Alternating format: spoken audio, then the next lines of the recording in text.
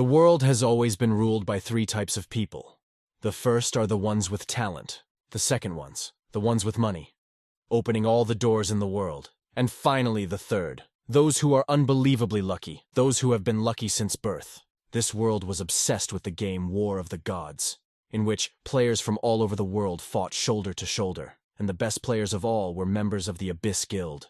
Their battle was watched by tens of thousands of people, and all to see the Nuna. Nuna was the greatest player in the world. Her abilities literally knew no limits. Such strength of Nuna was in her hidden skill to the goddess Nikki, in a world of warring gods.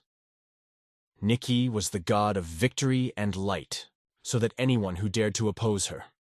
There was only one end in sight, and that was death. You can't forget about her team, who made a huge contribution to the victory, and Nuna wasn't the only one on the team who had incredible powers. The Abyss Guild also had the strongest mage in the history of the game, and his name was Merlin. His magical powers literally compared him to the gods. Merlin was able to summon literally anything from food to the strongest of monsters. For him, there were no boundaries. Thanks to the coordinated work of the entire guild and the combined attacks of the strongest players, they were able to defeat the Dungeon King. The Abyss Guild managed to defeat the two-headed dragon in less than 5 minutes. This means that the guild set a world record for passing the final boss, behind every great player. Behind every great player. But only the best were accepted into the guild, like a job. Guild interest in highly rated players is due to the fact that during raids, you can earn rare items and skills, which are worth thousands of dollars. And the higher a player is in the rankings, the higher their abilities, and the higher the chance of successfully completing a raid. Oh yes, I almost forgot to say the real names of the heroes were classified. Many players tried to follow the path of the great heroes, getting into crazy debt. This guy's name is Han, and he has to fight every battle that could get him a place in the guild. And this time the mission was virtually impossible. The probability of death was over 90%, and to accomplish this mission successfully, you have to be extremely lucky and talented. Well, to be fair, you can't say Khan didn't have talent in this game. After all, there was no auto-guidance system in War of the Gods, like former baseball players like Han. It gives them an incredible advantage, allowing them to level up much easier than other players. Especially before Khan was forced out of the bigs due to injury. He was happy with a famous pitcher. It's because of the injury that Han Yi can't raise his level to the maximum. However, he is pinning his hopes on his best friend. Han spent more than 5 years training as mage. Admittedly, he didn't choose the mage class willingly. This is the character he won in the lottery after spending all his money on tickets. So he didn't have much of a choice. But Han is no ordinary gaming fan. He became a guild slave for one reason only: to protect your beloved family. Going home, Khan dreamed of being in a novella where the hero goes back in time. And he's getting his life together. If he came back, he'd buy a few shares and that'd be it. It's a good life. Soon Han will be able to realize his plan if he meets his maker. Miraculously, Han dodged the truck. It's more accurate to say that it was the truck that missed, not him. People in the commotion started calling emergency services. Just when Han thought he'd gotten lucky for the first time in his life, he heard a terrible scraping sound behind him. It was the sound of a falling electric pole. Apparently, a series of failures would haunt Khan for the rest of his life. Fortunately or not, his end came swiftly and unexpectedly. Khan's life was terrible. No talent and no money, but today was the happiest day of his life. In the year 2034, the world finally saw the first virtual reality spawn. God Wars. The name speaks for itself. It means wars between the gods. Just a few years after its release, the game has significantly changed the sports, entertainment, and cultural spheres, and the total number of users has passed the 1 in 8 billion player milestone. Nowadays, for some people, playing God Wars has become a way to make a living. Luckily, Han was only able to get away with a minor burn on his hand, so his life is not in danger, but the medical bill was incredibly huge and beyond his means. Han was really depressed because he believed his luck had run out again. But how do you not get depressed after something like that? After all, first he miraculously managed to survive. Then he was on the verge of death. But still, Han decided to be thankful that he wasn't hurt. After all he has in this world is his body.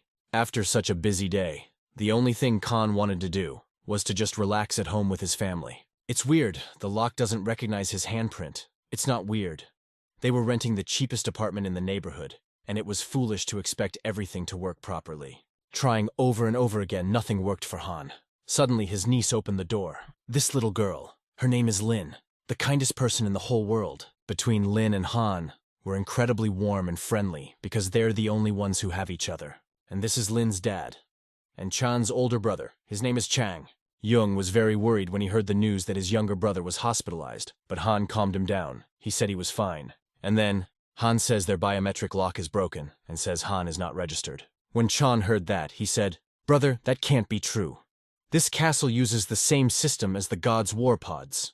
When Han heard that, he rushed to the gambling club. If it's what he thinks it is, he's lost everything. By going to the gambling club, and tried to log into his account, Khan got a call from customer service and said that his account was being hacked. But Khan confirmed his identity and even named secret word. But the support team didn't care because the biometrics didn't check out. In today's world, biometric data is considered the best defense against hacking because it is based on the uniqueness of each person. Well, why did Han's biometrics suddenly stop matching? What's the cause? Because yesterday, all the data matched and everything was fine. When suddenly, Khan realized that after he was electrocuted, the structure of his DNA had changed. And that's why the biometrics don't match. Most of all, Khan felt bad for his mage, the one he had broken all these long years and invested all his money in. But Han didn't intend to give up for a second. After all, the War of the Gods. It's the only place where he can make any money. But Khan could forget about a career as a famous rancher. Then he decided to become a miner or other laborer. If Han tries hard enough, he can at least provide his family with the necessities. Luckily, from last time, Han still has a card left to create a new character. And at least this time, he doesn't have to spend any money. They say the world of War of the Gods, much better than the real world. But personally, Khan doesn't see much difference with the real world. The first thing, as it should be in any game to give a name to your character, and from now on in the world of War of the Gods, Khan's name is Midas. That's the only reason Wu Han had this attitude about the game. Because you have to spend a little less than $1,000 to create a character. And also, all the items in this game are incredibly expensive. And it's all the fault of the players, who want a comfortable life for a lot of money. If Han could sell his items, he wouldn't be so poor. In short, Han thought this game was a dump where money decides everything. Even to choose a class character you have to pay. To succeed in a game where everything depends on luck. There are only two ways. To be born into a very rich family or to be insanely lucky. Han had been through this so many times before. He felt as if he could see the contents of the cards. For the Khan, his class was of absolutely no importance. After all, he was going to spend all his time in the mines. When suddenly, amongst all the cards, Han notices that one card is very different from all of them. That means it's the card of his profession. When he saw that this time he was to become an archmage, he couldn't believe his eyes. After all, such a class is extremely rare. Before Han realized anything, he was summoned to the pledge office. From now on, Han was the 82nd follower of the Battle Dragon. Han still can't believe it's true. And the Archmage's unique ability is to learn any kind of magic. Archmage class. On obtaining Witch Asmo, third player in the ranking system of the War of the Gods, spent hundreds of thousands of dollars. Han got it for only $1,000. All the more so because the other players are trying to get some unique class several times, spending huge sums of money on it. It's literally everyone's dream to become an Archmage. If you ask any player what they would choose, Archmage class or $100,000, 9 out of 10 players will answer Archmage, not believing what had happened. Han thought it was just a temporary error in the system, but he decided to take the training. Upon opening his first quest for the Archmage, Han was incredibly impressed, because this time he can see all the hidden quest information. Previously, this was not available to absolutely no player. And for completing the first quest, Han will receive the title of Master of Training, provided he lives longer than 71 minutes. But the best part is that he gets a rune, which will add 10 points to all of his stats, and it's finally dawning on Jin.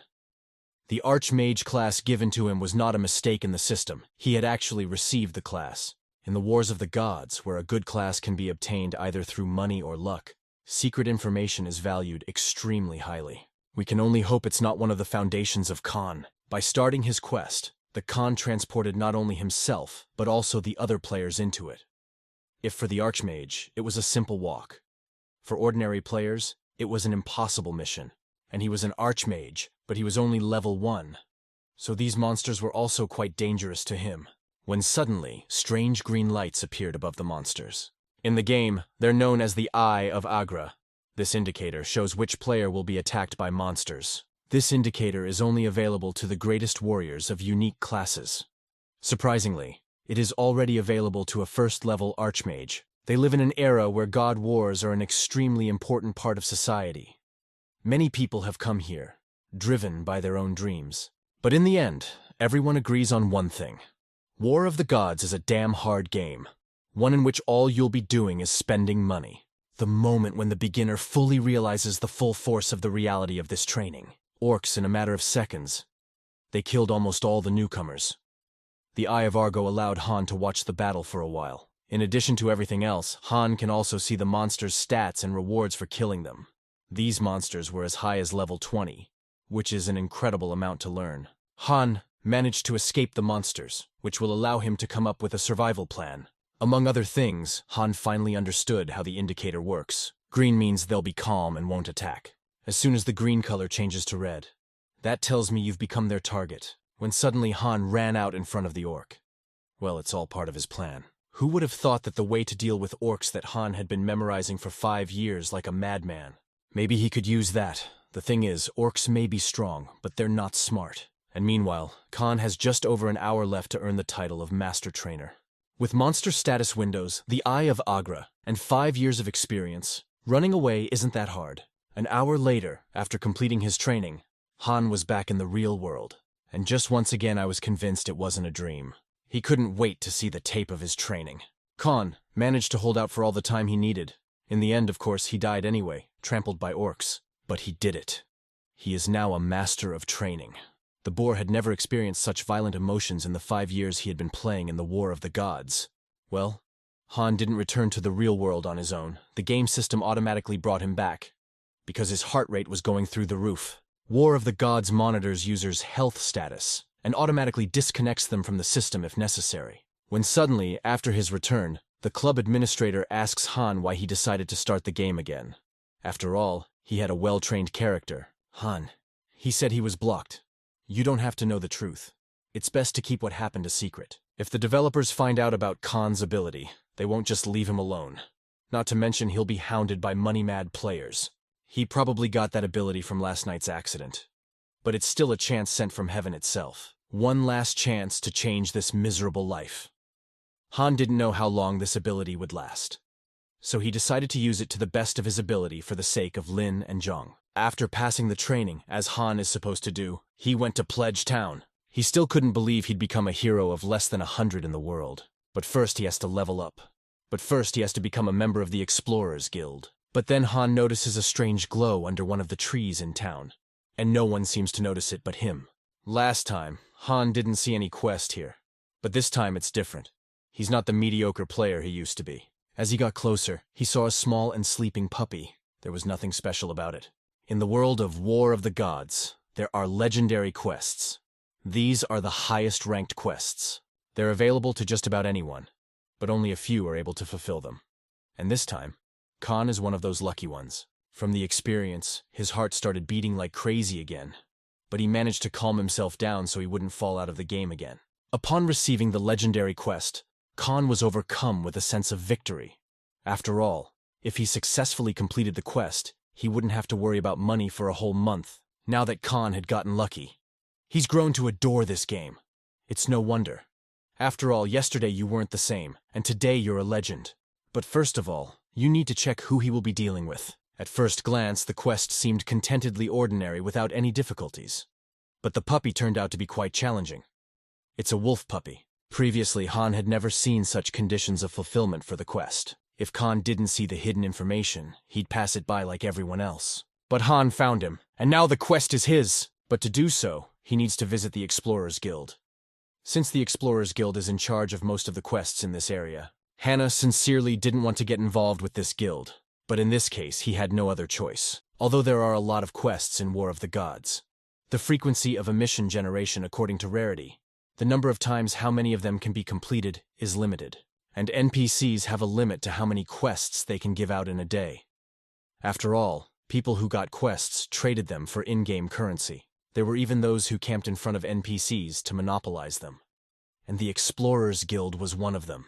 Of course, it's impossible to control all the NPCs.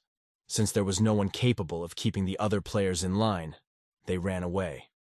After careful deliberation, they went to the newcomers' town. that you can't return to once you've left once, which gave them a kind of immunity. They gradually built up their forces, using the newcomer's town as a base, and began to increase the scope of their activities.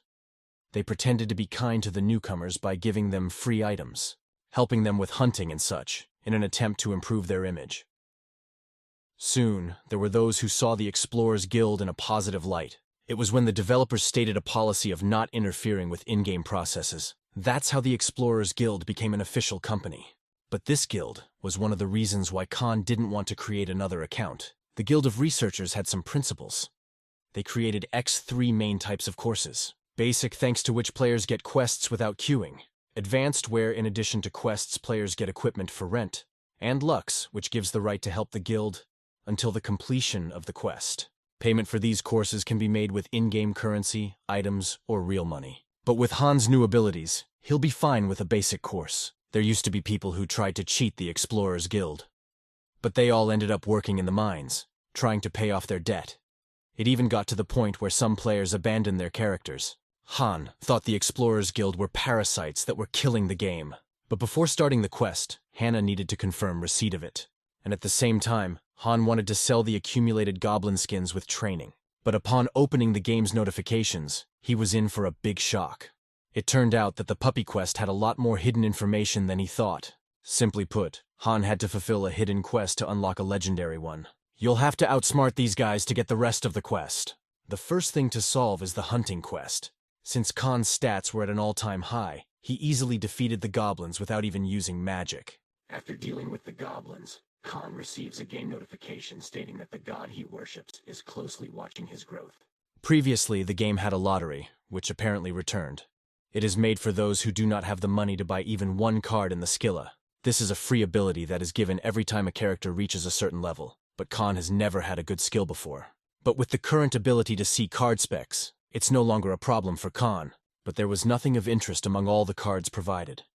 There was only one card with attacking magic that Khan chose. Great, the first skill card. Han has acquired a fireball. Now that all preparations are complete, it's time to take on the hidden quest. The guild members were surprised to see Khan so early.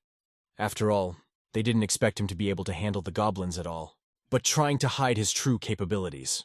Han said he almost died trying to kill one goblin. Strangely enough, the guild members believed him. They thought he was lucky to find the quest items. Meanwhile, Han decided to go on a hidden quest, and the guild members blindly believed that he was just another loser. But then one of the NPCs gives the Khan a quest to enrage the goblins, which only a few monsters have. Making a surprised face, Han said, "Wow, another quest. I only sold 30 skins because no one was selling 10. Looks like Khan's plan worked perfectly. Those idiots didn't even realize they'd been duped." Seeing the guild members' confusion, Han decided to get a little more than he thought. He blamed them for the loss of 20 goblin skins and asked for compensation. The guild members clearly didn't expect this, when suddenly a guild member says, "I'm sorry, but since the incident was your fault, there is no way we can reimburse you for their cost. It's in the contract." Things worked out much better than Han could have imagined. And since Han has violated the terms of the contract, the next quest must be done alone. It went even better than Han could have imagined. Nothing could get in his way now. 3 days later, Han returned wounded and exhausted. But still he brought the goblins indignation. In return, he received the revitalizing potion Resurrection. I have to admit, this quest was incredibly difficult, but this potion was worth it. And now, he can finally complete the legendary quest. Han hoped that he would be given a legendary skill card for completing the legendary quest. With her, Han can become a legendary ranker and shovel gold. But after curing the wolf, Han was notified that he was its master. And with it, he's unveiled a new title. Master of the Divine Beast. Whatever that means, it sounds cool. But for Khan's purposes, it was not the best reward. Since divine beasts are not exchangeable, well, there are some good points to this whole story. And the most important one is that Khan got a loyal friend. The first thing Han wanted to do was to see the characteristics of this wolf cub. But first, he had to give it a name. Without a second thought, Han named the divine beast Lucky. Han's heartbeat increased with excitement, which means the forced logout procedure has begun again. Upon exiting the capsule, Han ignored absolutely all of his friends, but they were sympathetic to him. After all, everyone would feel terrible if they lost their account, but none of his friends didn't know the whole truth. Left alone, Han shouted at the top of his voice, "My God, I am the master of the Fenrir. Fenrir, the strongest divine beast in the wars of the gods who has no equal in close combat. After changing class to Archmage, Han was even able to get a finisher. Such a chance is reserved for a select few. Hannah couldn't wait to please his family with such amazing news. But all I could hear on the phone, Han, was the screams of his little niece Lin. It's all about Chan being hospitalized with a heart attack. On hearing this, Han immediately came to the hospital to comfort his favorite Lin. Han tried to soothe the little girl as best he could, but she wouldn't stop crying. Suddenly a doctor came up to them. She assured me that Zhong's life was safe, but he had a heart attack. The thing is, Zhong was wearing a heart pacemaker that needed to be replaced periodically. Well, for lack of money, of course he didn't. It was already late at night, and Lin had fallen asleep in the arms of her favorite uncle. Hannah had only one thought on his mind: how to make more money. I need more money. I have to save my brother. He no longer had any reason to doubt. Now that he had the Fenrir, he has to sell all the information he can, and try to collect as many items as possible that can be sold at a high price. To do that, first, he needs to get stronger as fast as he can. And the best place to do this kind of thing is a beginner's hunting ground. As soon as Khan and Lucky got here, all I could hear from all sides was, "Wow, what a cutie." Han, though he realized that Lucky looked like a puppy, still had hope that it was just a hoax for the others. After the legendary quest to heal Lucky, Han realized two things. There was no need for a group after he had a companion that could lure monsters. And two, if he gets a little stronger, he'll be able to go outside the newcomer's town, where the difficulty of the hunt will be incomparably higher, but the reward will be corresponding. And also the skill card that the Archmage God gave him, quite a useful thing. So Han decided to try his luck again. After all, it is thanks to skill cards that Han can instantly become many times stronger.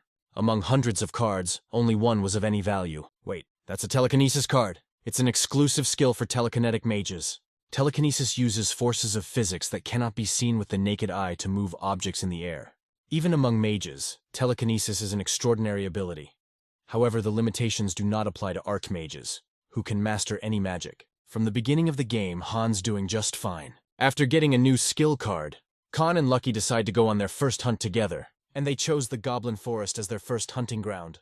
It's a place where experienced players don't last long, not to mention newbies. The biggest problem in fighting goblins is that they attack in droves, and without proper skills, you can't deal with them. But brave Lucky thought otherwise. He decided to go into battle first. I must say, his attack was quite unexpected, but since he was still a puppy, it didn't do much damage to the goblin. Well, Lucky's teeth are extremely sharp. I'm glad he's not afraid to put them into action. But it didn't take long for Han to use a fireball in his first attack. An incredibly effective spell. I don't think it's necessary to say, the higher the level of the wielder, the stronger the spell. Lucky was shocked and jumped for joy from side to side. Don't forget that Han used to be one of the best pitchers in the world. That's why the fireball is perfect for him. The hunt was going even easier than Han had thought. Then the idea came to him to go deeper into the forest. But in this forest, there are bigger monsters than just goblins. When suddenly, there was a chime, informing the players of some upcoming important event. And this time, it was a boss battle. In exactly 1 hour, the so-called Goblin Champion would appear. Boss battle is a feature of War of the Gods, thanks to which you can get incredible rewards you never even dreamed of, as opposed to killing regular monsters. However, the most difficult boss fight, in which only top rankers can participate, you can compare it to a star in the sky. Everyone can see it, but only a few can get it. Starting with the items that you can get during battle, and broadcasts where you can see what's going on. Players earn simply astronomical sums, and Hannah still has a long way to go from rookie to ranker. But for himself, Khan saw a great opportunity to make some money.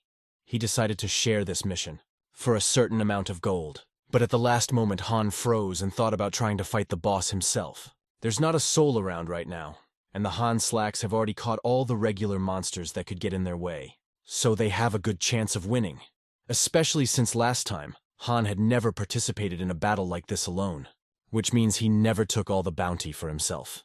He was just content with a drop in the ocean. He was plagued by endless doubts. He had always chosen the safe path before, and if he chooses that same path now, there's no way his life is going to get any better.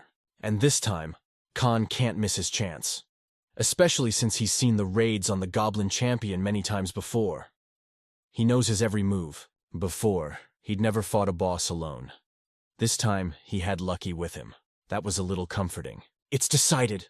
Han and Lucky will give the monster boss a fight. But there was still time before the battle began. And Han decided not to waste that time.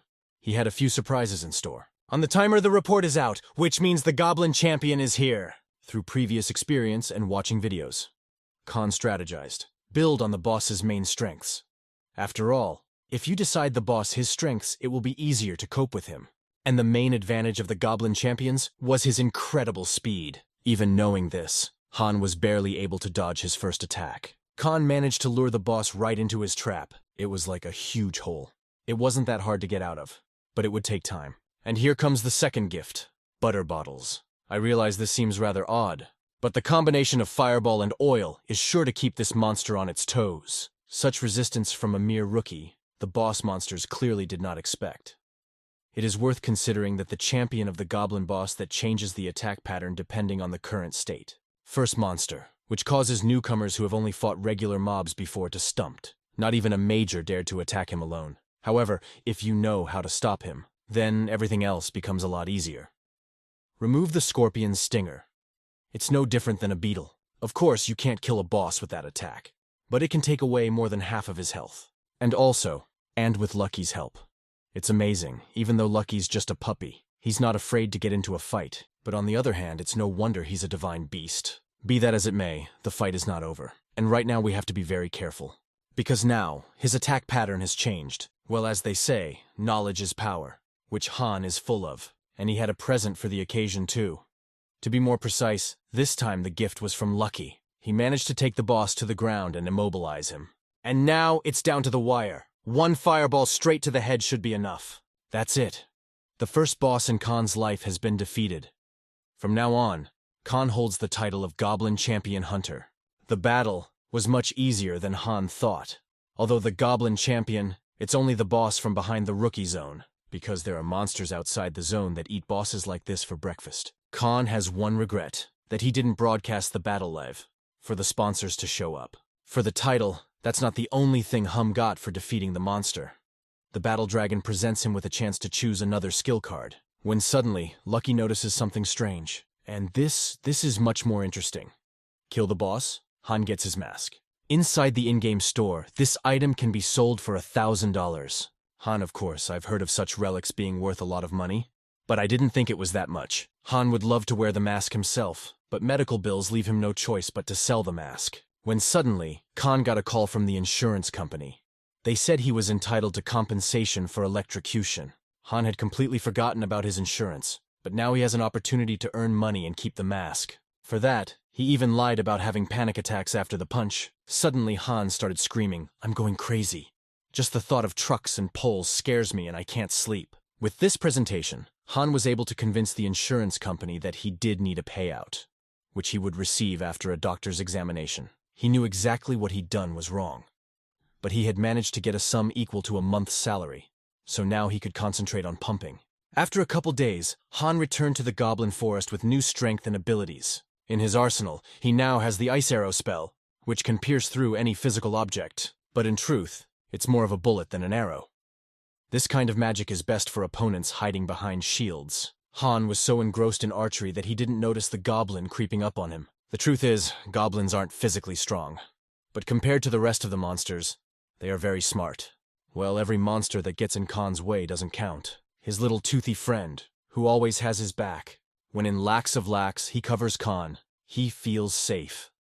No matter how you look at it, Lucky is a divine beast. For this raid on the Goblin Forest, Khan managed to collect a goblin set. It adds 2 points to strength and 2 points to magic. It's actually pretty basic stuff, so they won't be of much use to Khan. With each fight, Khan became more and more clear. If you don't fight a boss, you don't get rare items. After all, it is thanks to rare items that Han can greatly enhance himself and more. But more on that later. When suddenly, out of the depths of the woods, a guy came running out begging for help. In the War of the Gods, the only thing scarier than the monsters are the other players. There's a certain group of players who pump up their characters by killing other players. Because for killing a newcomer, you can get 3 times more experience points than for killing a first-level monster. As a rule, such players join small groups of 3 people to hunt down newcomers and then simply kill them. The easiest thing to hunt is newbie mages. They have absolutely no outstanding abilities to begin with. when suddenly the mage they caught said, "You think you can get away with this? I'll tell my guild about it and then we'll see." Well, the bandits, his words only made them laugh. They only felt impunity because they were playing on alt accounts. They're called rookie killers. They don't leave Rookie City even when they get level 12. All they do is bully the weak. Han thought they were idiots for wasting their time because they enjoyed torturing others. Rookie killers annoyed everyone, but Hannah especially. But even despite the Archmage class, with Han's current level, fighting them would be foolish. But on the other hand, Khan and Lucky won together, championing the goblins. It's unlikely that this trinity will be stronger, so Han has some kind of plan for this trinity. The next morning, the rookie field was in full swing. Well, the tranquility was interrupted by the rookie killers. They came here just to kill as many newcomers as possible. But they're not going to get away with it this time, because Han was already here waiting for them. Surprisingly, only one fireball spell was enough for this bandit. Han must have initially overestimated their capabilities. The rookie killers panicked and started threatening to kill every player if the one who did it didn't confess. When, all the rookies scattered, there was only one player left on the field, and it was Khan. Suddenly he said, "Hello everyone, today's stream will be called Rookie Killer Hunt. Enjoy the show." When they heard that Khan was streaming, killer newbies panicked even more, afraid their accounts would be blocked. Han wasn't actually streaming, he was just messing with them, because he knew that players like that were afraid of streamers. Han didn't bother with him for long and knocked out another player with an ice arrow. The remaining bandit couldn't believe that one player could single-handedly kill two of their gang members. When suddenly, he realizes that only an archmage can summon two different elements. In turn, Han guessed that they were playing on alt accounts. As soon as the bandit realized who I was dealing with, he tried to escape. Was the logical thing to do. Except he didn't realize Han wasn't alone. Lucky, once again helping the genie immobilize his opponent. I wonder what he'll be capable of when he grows up.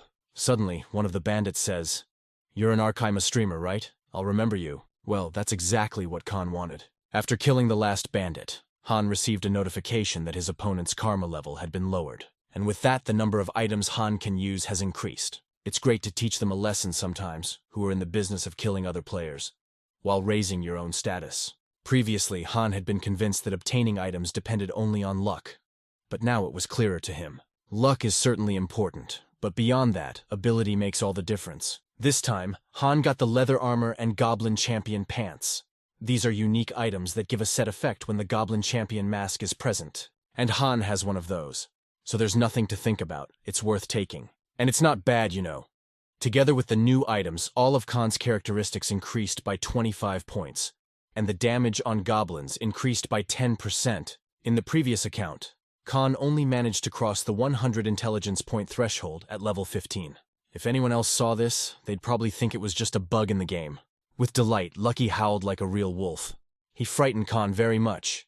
But the reason for this unexpected joy was Lucky's new skill. All skills for divine beasts are chosen through a lottery.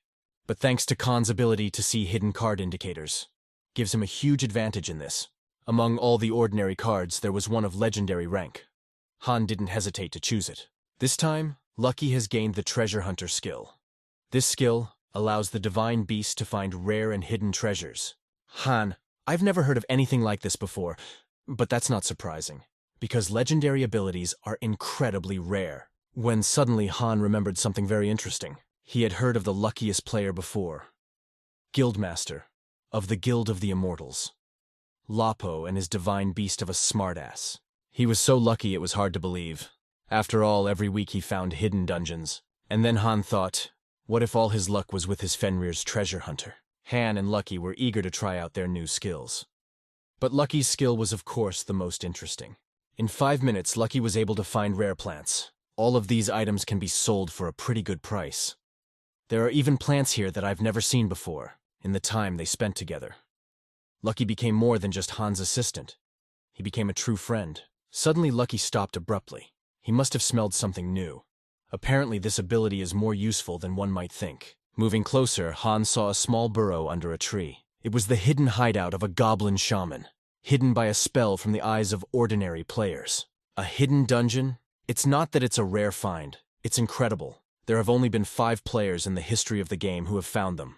Rewards for passing this asylum will allow Han to increase all stats by more than 10 points. Han didn't know what to do. After all, if he sold the information about the asylum, he might not work at all for a month. But then he'd miss his chance to be a pioneer, not to mention the rewards. Once he sells that information, he can no longer call himself an honest gamer. And that risks losing integrity points. So Han decided to clean up the safe house on his own. And inside, a small army of goblins awaited him, hungry for a taste of his blood. But, of course, Han's main target was a goblin shaman, an extremely dangerous level 16 monster. Thanks to his magic, he strengthens ordinary goblins by leaps and bounds. Fighting against such a powerful shaman alone would be suicide. But who told you that Khan came alone? Lucky distracted the attention of the regular goblins. And let's face it, Lucky is doing a perfect job. It was time for Han to join the fight. With 2 fireballs, he blew the heads off the goblins. When he saw the use of magic, Goblin Shaman immediately decided to join the fight. All this time, Han was live streaming. I think people will be interested in watching the battle between 2 powerful mages. In the meantime, Lucky's been gnawing throats off one by one. Don't give those brainless goblins a chance, even though the shaman has a low mana reserve. But don't forget that it's actually a boss, and his sidekicks are here to distract him while he attacks. Despite his low mana reserves, his attacks are extremely dangerous, but the interval between them is quite long, and to defeat him, you have to wait for the moment when you can attack. Han didn't expect to be able to take away half of the boss's life points with just one swipe of his dagger. Never before has he experienced the true power of such high performance as he now possesses. But Han has many more surprises in his arsenal for this monster. As long as Han is fighting a mage, all of his magic attacks do less damage than normal. But still, after the fireball, the boss has 20% of his life points left. Jin didn't take that into account, and now he has to dodge the attack again. One of the features of the Goblin Shaman was that, with a low vitality level, all of his attacks double their damage. So if the Khan couldn't dodge, the mission would be a failure. As suddenly Lucky bit the boss right on the leg, which interrupted the cast spell, which gave Han time for one more attack. That will end this fight. That's it. A fireball to the face has never left anyone indifferent. As soon as the fireball hit the shaman, Khan was notified of the successful passage of the asylum. This is the second victory over the boss for Han Yi Lucky. They were overjoyed. When suddenly the burned corpse of a monster said, "Man, you're so funny. You thought you could just kill me? I came here to kill you." Now you will know the full fury of the War of the Gods. Han has so many questions, it's crazy. First of all, how did this goblin get resurrected in the first place? And secondly, what was he trying to say with that? But a moment later, the monster's body began to flutter in the wind. Han thought it was just another bug in the game. He didn't pay much attention to it. Han, already anxious to see his new items that he had gotten after this battle, and the first thing that caught his eye was the Goblin Shaman staff. It is a unique weapon that can be sold for a huge amount of money. Well, there was one small nuance. This staff couldn't be sold to other players. The most valuable item that Han dropped, and it's not for sale. Was this whole fight for nothing? Han shouted, unable to contain his emotions. Why do I even need this stick then? The War of the Gods is a dump. It's a disgrace unlike anything mankind has ever seen. But then Khan's hysterical scream was interrupted by the appearance of the main quest. The scientist who developed this VR game, the creator of the most advanced virtual reality world, Kim Min-soo. He's been asked many times in interviews why he uses new technology to make games. It was because he wanted to write a story that would be remembered. Shortly after this interview was released, Kim Min-soo died suddenly, and players explored the world of War of the Gods in search of the story he wrote. However, in the last 5 years, no one has ever found her. So this story called the main quest and went into oblivion. If Khan has indeed discovered the main quest, then the goblin's dying words take on a different meaning. Han couldn't believe that he was the very first player to open the main quest. Players were looking for this main quest everywhere, in every corner of this world. And it turned up in the place where no one expected to find something important, in the city of newcomers. The developers have received complaints over and over again that Caviar does not have a main quest, although some people found references to it in the ancient scrolls. And it's the Explorers Guild who set up monopoly with the NPCs in Pledgetown. If it wasn't for them, someone would have found this quest by now. But on the other hand, Khan should have thanked the guild for this. After all, he was now the first to discover the main plot. Now the important thing is to keep it, because if anyone finds out that Khan discovered the main plot, they'll be devastated, both in the game and in real life. Let's not forget that Han found this quest by lucky. Han wanted to check to see what other items he had gotten for this fight. But when he opened his inventory, he saw that the Dragon of War had given him another skill card. Last time, any skill card for Khan was a gift from fate. And now, they were falling on him from the sky one by one. This can't be happening. Han, once again, gets the legendary skill card. This time, he's got the polymorph skill, which allows him to turn into a monster. But this skill is only available to mages of the School of Illusion. But since Han was an archmage, it wasn't an absolute problem for him. It was time to begin the main quest. And to do so, Han traveled to the city of newcomers. The first thing he had to do was to find an NPC named Yun and ask him about the nameless god. Yuna's house is the secret entrance to the dungeon. The dungeon is created by the system specifically for the player. The only reason why Khan didn't want to go there so badly was because of the Explorers Guild. Once inside, Han was surprised that there was no one else here but Yun. But it was even better for him, when suddenly the young man said, "You've come to leave this city and go to the big and unknown world. I'm right, aren't I?" This time he was wrong. Moving closer to him, Han whispered, "Listen, do you know anything about the nameless god?" As soon as Han asked this, an exclamation mark appeared above Ian's head, to signify the arrival of a new quest. After a couple of minutes, the young man told the Khan, "The nameless god is the name given to those who lost in the War of the Gods and left their throne. After their defeat, they cease to be gods, and their names are forgotten. It is said that before their defeat, they left a legacy somewhere in this world, for future generations. The legacy of the nameless gods sounds like a legendary treasure." Han still couldn't believe it was happening to him. But Khan had a question about how to find this hidden treasure. Yun told the Khan the story of trying to follow their trail when he was younger, but I never did. But along the way, I found a legendary ring that will help every worthy player do it. By taking the ring from Yun, Khan got a new quest. He had to find Sakhalin in the city of Viga, and by showing the resulting ring, Han will receive the following instructions. So far, it doesn't sound that scary. Having received the first quest of the main plot, it was time for Khan to finally leave the newcomer city. Don't think for a second. He's off to conquer the big world. With the Archmage class, that should be easy. There is one statement that absolutely all players agree on: a true game of War of the Gods starts after leaving the town of newcomers. There were about a dozen players outside the pledge town every day, and all of them were amazed by the scale of the game. Many people started playing together with their friends. For them, the world of War of the Gods was a kind of playground, because the variety that the open world offers just boggles the mind of all newcomers. But that admiration won't last long. Not until they meet the first monster. As instructed, Han and the Lucky arrived in the city of Viga. Now, all they have to do is to find the right NPC. To do that, it's not going to be easy. After all, the population of Vig is more than 1.5 million people. But luckily, the ring the young man gave him told him the way. The additional effects of this ring are as good as the legendary item, and that's worth considering. Yun's ring has a hidden ability, energy storage, but only if you have a Skahalin ring. Things were working out so well that Han couldn't even contain his smile of joy. After a couple hours of wandering through the stone jungle, Khan finally came to the Sakhalin house. Once inside, Han could smell the strong odor of various potions, all because Sakhalin was an herbalist. As soon as she saw Han, she asked him how he could get into her house protected by magic. Without saying a word, Han just showed her the ring Yun had given him. From the look on the girl's face, she didn't expect it. That's it. Sakhalin has seen the ring, and that means the first quest has been completed. But it was far from over. Suddenly, Sakhalin said, "I can't believe that old man sent a brat like you. I guess the madness is taking its toll. I don't waste my time on little kids who are only good for catching goblins. If you want to talk to me, prove yourself worthy." What an arrogant wench, but still. She gave Khan a new quest to kill 10,000 orcs. Whether he wants to or not, he has to do this task if he's going to complete the main plot. But to be honest, the requirements are really unrealistic. It's incredibly difficult to kill so many monsters, albeit low-level ones. Han shouted angrily, "Fuck! Are you out of your mind or what? How can you only kill orcs?" But Sakhalin's conversation was short. 10,000 and not one less. Han didn't understand the point of this quest. After all, it was completely useless. It would take months to kill so many monsters. But it was a lot more complicated than Han thought. He didn't have to kill 10,000 orcs. All he had to do was recover a fragment of an unnamed god, which can be found while hunting orcs. Problems, there were several. In the open world, the orcs were several times stronger than in the newcomer city. But even more of a problem were the other players.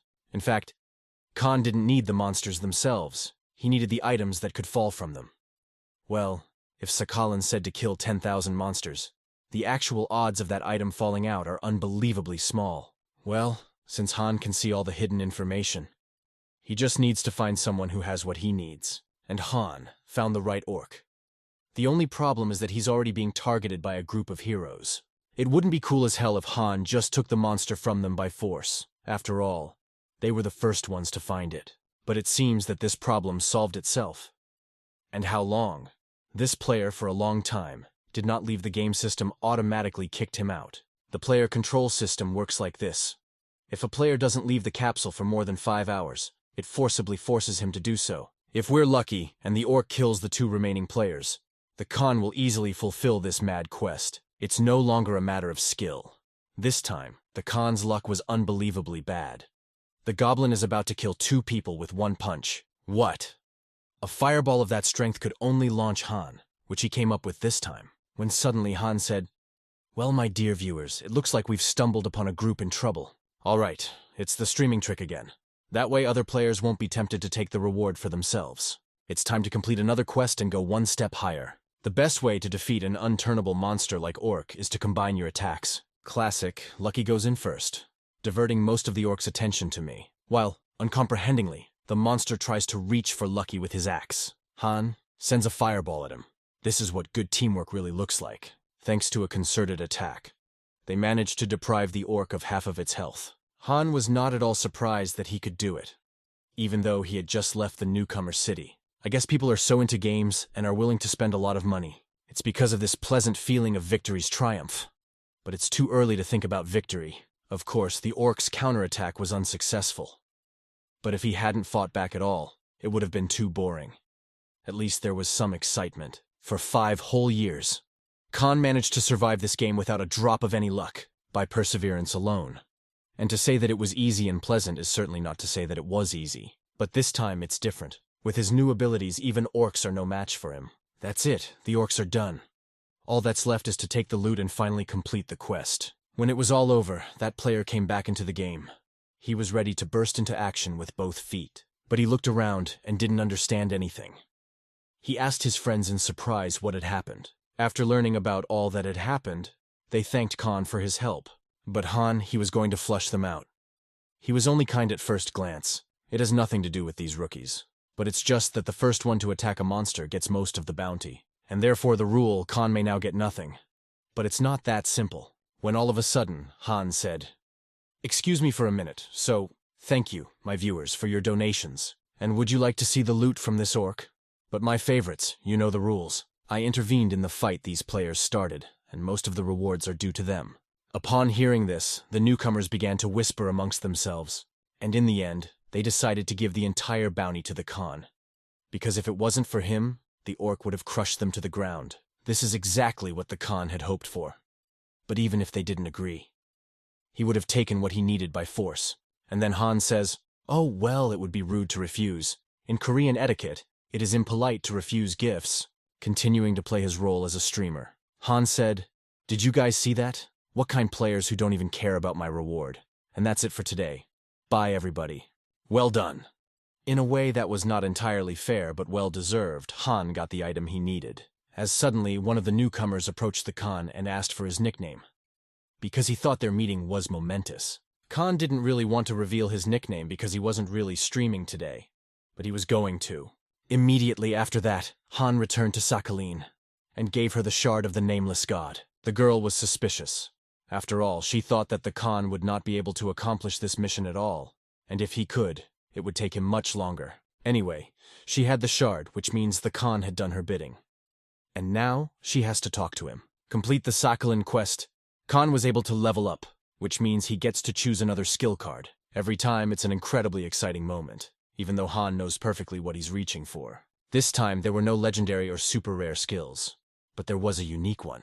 This time, Han has gained the skill of range throwing. This skill allows you to increase the range and damage from magic spells depending on the distance. It was actually a very good skill, perfect for battles with large monsters. Hannah, I was curious. The normal player would have had to go through unrealistically hard trials to get that shard. Therefore, the Khan dared and asked the Sakhalin why she wanted him. In her hand, the girl said, "You know, why is it hard to find an unnamed god? Because there are magical restrictions in place so that only former adepts of this god can follow in his footsteps. What do you think it would take to get around these restrictions? Of course, you had to pretend to be an adherent of this god. And the only thing that could help you do that was a ring made from a shard of a nameless god. This ring allows its wearer to pass through a magical barrier set up by an unnamed god on his altar. By obtaining this ring, Han discovered the next quest, called the Secret Altar. Hanu had to find a secret altar in a suspicious forest and solve its mystery. And as a reward, he would receive a legendary skill, and the opportunity to continue the quest. From such a reward, Han's jaw nearly dropped to the floor. After all, unlike Lucky, he had not yet possessed any legendary skills, but it was obvious to a fool if the reward for completing this quest was so high. So, the quest itself will not be easy. One thing I'm glad about is that with Lucky's legendary ability, finding the altar won't be too difficult. The most questionable was the clause about revealing his secrets. After all, it is still unclear what is meant, but that could be dealt with on the spot. So the first thing Han did was to go to the suspicious forest. Lucky, within the first 10 minutes, found the entrance to the secret altar. Only there was one huge problem. That entrance was so small, even Lucky couldn't get in, let alone a grown man. Seems to be the mystery the Khan needs to solve. But fortunately, he can see hidden information even about such things, if the information is to be believed. There's an orc zombie waiting for Hannah at the altar, and for defeating him, the hero is entitled to plus 3% to all characteristics. Orc zombie, much stronger than the average orc. First of all, it's a boss-class monster. Secondly, it has a huge amount of life. But most of all, Khan was confused by the information that this quest was only available to players below the 20th level. It was a bit questionable. So after thinking it over again, Han suggested that Lucky go hunt some other monster. Han decided to postpone this quest only because with his level, it is almost impossible to deal with orc zombies. So Han decided to level up first, and then come back here. If you think about it that way, it's a logical move. After all, no one knows about the existence of the main plot except Khan. So there's absolutely no point in rushing into doing it. And raise your level, Khan and Lucky can have a lot of fun. And the best place to do it was the orc camp. Monsters are constantly present here in almost unlimited numbers, so you don't have to waste time looking for them. But everyone knew about it, so there was always someone fighting here. And Khan didn't want to show his skills to the other players, but seeing the crew fighting a mob of orcs, memories of the past came flooding back to Khan. He remembered the first time he went into battle with his team exactly 5 years ago. At first, he couldn't keep up with his teammates. Not long after that, the rich started buying up good items and skills, and the gap between their ability to me began to grow rapidly. Back then, he hated everyone who bought anything in the game. Well, now, the other players look up to him, just like he did back then. And yet Khan didn't buy a single skill or item with real money. When he saw a lone orc who wasn't even paying attention to him, Han thought this monster would be an easy target for him. First up, it's the Ice Arrow. In addition to being extremely powerful, this spell also immobilizes the enemy. Of course, after that, the orc's attention was all on Khan. But it didn't matter at all anymore, and a fireball is the perfect way to finish the monster off. The first one's ready. Fireball is like the cherry on the cake of every Khan battle. Don't forget that Han is extremely strong for his level, so he doesn't need a huge amount of experience to level up. Throughout the city, rumors quickly spread about a powerful new mage who single-handedly defeats entire orc settlements. He was nicknamed Combo Killer. It was no secret that this Combo Killer was an archmage. Is that people didn't know about the good news yet. But even what they did know was enough to dub him Daddy's Major. Remember, I talked about the biggest danger in Warriors of the Gods. More specifically about other players. So some players were wondering what items they can get if they kill an archmage. And meanwhile, Khan. Killing orcs by the dozens day and night, and all for the sake of leveling up. Well, killing monsters just for fun was already boring. So Khan came up with a variety of killing methods. His favorite punch was the blast kick. This was the name he gave to his spell, because it's basically just a regular fireball, just accelerated by the staff. This strike was influenced by Khan's baseball background. Great! Han had finally raised his level to 20, and it only took him a few days. How much Han has leveled up, he gets a skill card. Han received a skill card for each level up. But after he reached the 11th level, nothing of value was ever found again. To level 20 special because it's the Jubilee. Stop! This can't be happening. Han, take away the astonishing skill. Striking skills are the rarest class of skills. They're even rarer than legendary skills. From that, Han almost had a heart attack. But he tried his best to control his heartbeat so as not to quit the game. Range throws increase magic damage, which isn't a bad thing in general. But Dragon Superiority increases all types of damage for all types of monsters. In other words, every player fighting on the Khan's side gets a temporary 10% improvement in all stats. With this ability, every top guild will want Khan. Given that he's an archmage, he can also improve others. It was a good thing that Khan had given up the idea of working in a mine from the very beginning. After all, then he was as ordinary as hundreds of thousands of other players. And if things continue at this pace, Han will be able to send his favorite niece Lin to study at the best art school in Seoul. Lucky had no idea what Han was talking about, but he rejoiced with him.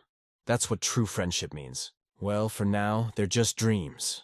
But Han swore he'd do whatever it took to make it come true. You should check your inventory before going to the hidden altar, making sure he had everything he needed to accomplish this mission. Han put on the ring made from the shard of the nameless god. This ring he needed to get into the dungeon. But unfortunately, there were no instructions on how to use this ring.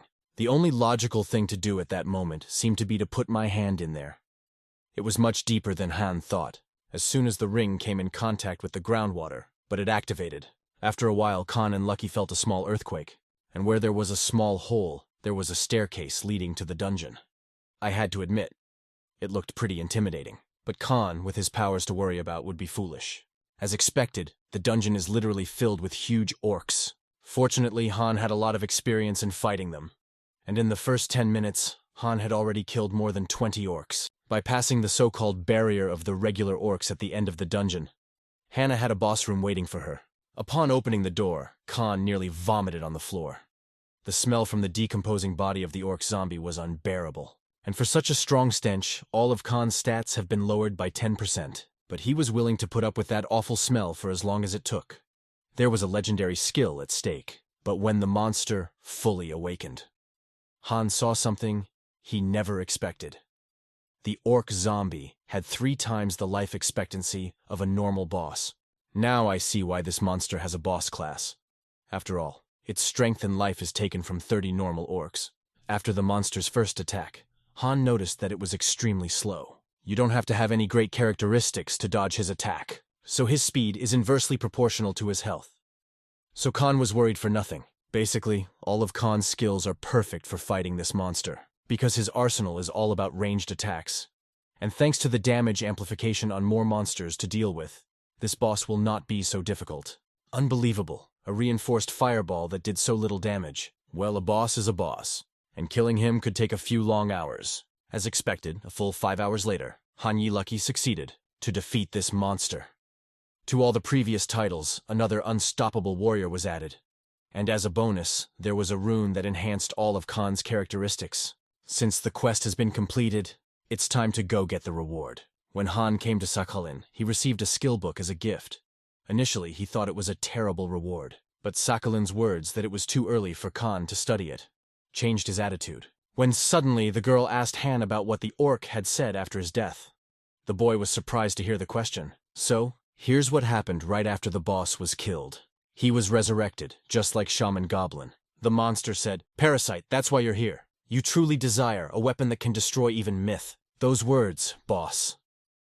Han wanted to keep it a secret, until he could figure out what was going on. Sakhalin knew about all this from the beginning. She promised to tell me all about the weapon, if Han would do her a favor. Naturally, it was another quest. People like Sakhalin don't do anything for nothing. Han knew I had to hunt down an orc assassin. Upon completion of this quest, Khan will receive a new title. This means that mythical items actually exist. This issue was once already raised at the developers' press conference, but then the developers said that such a thing may or may not happen. They said they wanted to keep it a mystery. Of course, that answer could say absolutely anything. It was not a credible answer. And after this interview, players rushed like crazy to all known dungeons in search of mythical items, but no one ever found them. This news was surrounded by rumors and seemed to be a bluff. So over time, players gradually began to forget about it. But mythical objects do exist. If someone were to find out, it could spell disaster. Not only for the Khan, but for his family as well. If this information leaks out to the public, it'll even have an impact on the real world. But if you're smart and prepared, well, before completing this quest, Han decided to find out as much information about the orc assassin as possible. To do so, he scoured every game forum in existence. To defeat this monster, we'll have to make a serious effort. But at the same time, the reward is quite low. Regardless, the reason so many people feed on and defeat him is because the orc is a killer in the War of the Gods, is considered a sort of boundary that separates beginners from higher-ranked players. That is, once you've beaten it, you can be considered a good player. It's a kind of initiation into the wars. This monster's difficulty is unreasonably high. In any case, after familiarizing myself with Han, I came to certain conclusions. With his current abilities, he can't kill him alone, which means he'll have to play on a team. But then Khan's loneliness was interrupted by his brother. He wanted to know how his younger brother was doing. Han assured his brother that things at work were going as well as they could lately. Also, Khan promised him that soon all this horror and poor life would be over. As suddenly, Zhang says, "I'm glad to hear that, but I'm more interested in the question, are you going to get married someday?" At first, Han didn't even know what to say. But not wanting to upset his brother, he said he had a girlfriend. Of course, it was a total lie. Khan was as lonely as ever.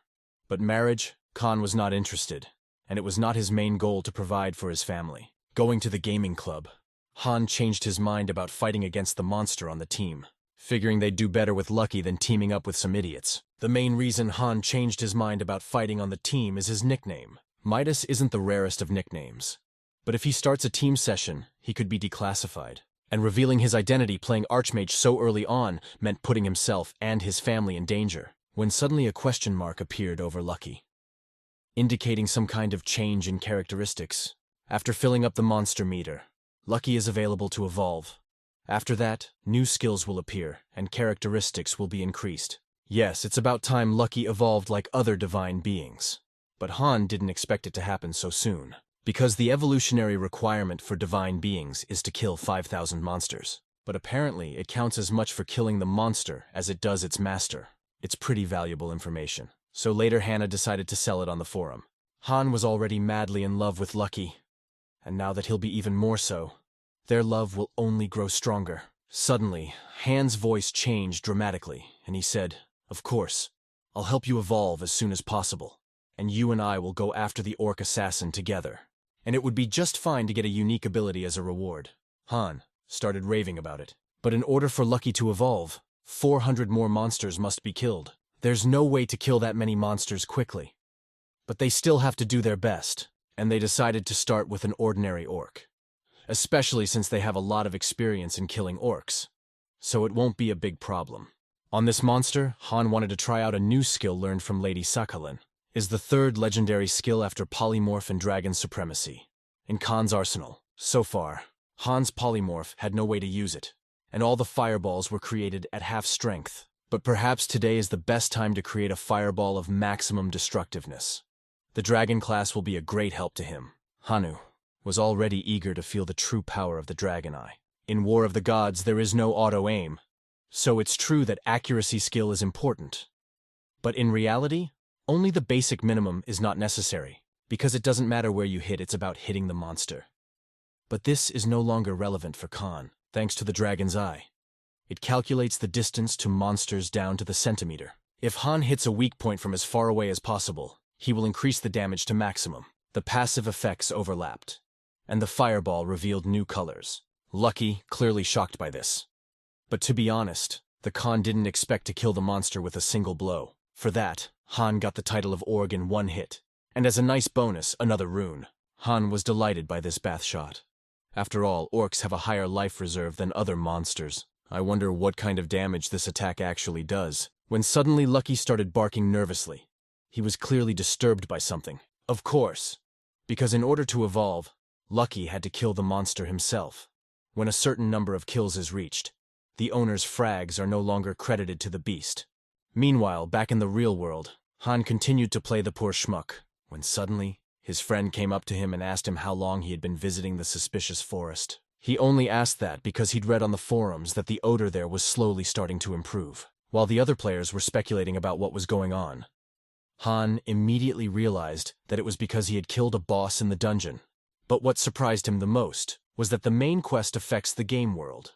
After all, the usual bosses that are not related to the main plot revive after 24 hours. If this continues, other players will notice that someone is protecting the main quest piecemeal. Therefore, Han should deal with the orc assassin as soon as possible. So Han went straight to the pod and got down to business. But this time, he let Lucky take out the monsters. After a few hours, they managed to get the required amount of kills for evolution of Lucky. Lucky's body began to overflow with divine energy. And so the evolutionary process was set in motion. Wow! Lucky has evolved more than Han thought. But most importantly, it's not the external changes, but the changes in his characteristics. Now Lucky can't hide under the Khan's cloak. But it's time for him to choose a new skill card. It's unbelievable. Lucky, a legendary enhancement, is available. It seems Han got the wrong name for his friend. He should have called it a cheat code instead of a lackey. Han still couldn't believe that Lucky had that kind of power. With this, they would be able to kill the orc assassin alone. There are a few rules that everyone must follow during team play. Damagers should not attack until the tanks have distracted the monster. What if there is a skill with which it is possible to forcibly draw the attention of the enemy even in the middle of a battle? Then, the need for a tank is completely eliminated. In front of players, such a skill opens a new horizon of possibilities. Thanks to his new skill, Lucky challenges an orc assassin, which opens the quest Death Battle. Naturally, Lucky wouldn't fight this monster alone. His main goal was only to attract the monster's attention, so that Han can do maximum damage. By combining his skills, Han was able to inflict critical damage on the monster, which will leave the monster disoriented for a while. Somehow, the other players got wind that someone had decided to fight an orc assassin alone, and meanwhile Han was getting closer and closer to victory. But he had yet to survive the third phase. The orc assassin's third phase gives him a 30% increase in all stats. Except for strength. It's doubled. The higher the level of the player, the more important the role of the tank becomes. Because players with long-range DPS, it's incredibly difficult to fight effectively against strong monsters. But if they have mechanics that can distract the enemy while they deal damage, they don't need to rely on tanks, no matter how high their level is. Simply put, a monster can be stopped not only with a tank but also with a trap. To the Khan, there's one last shot left to make.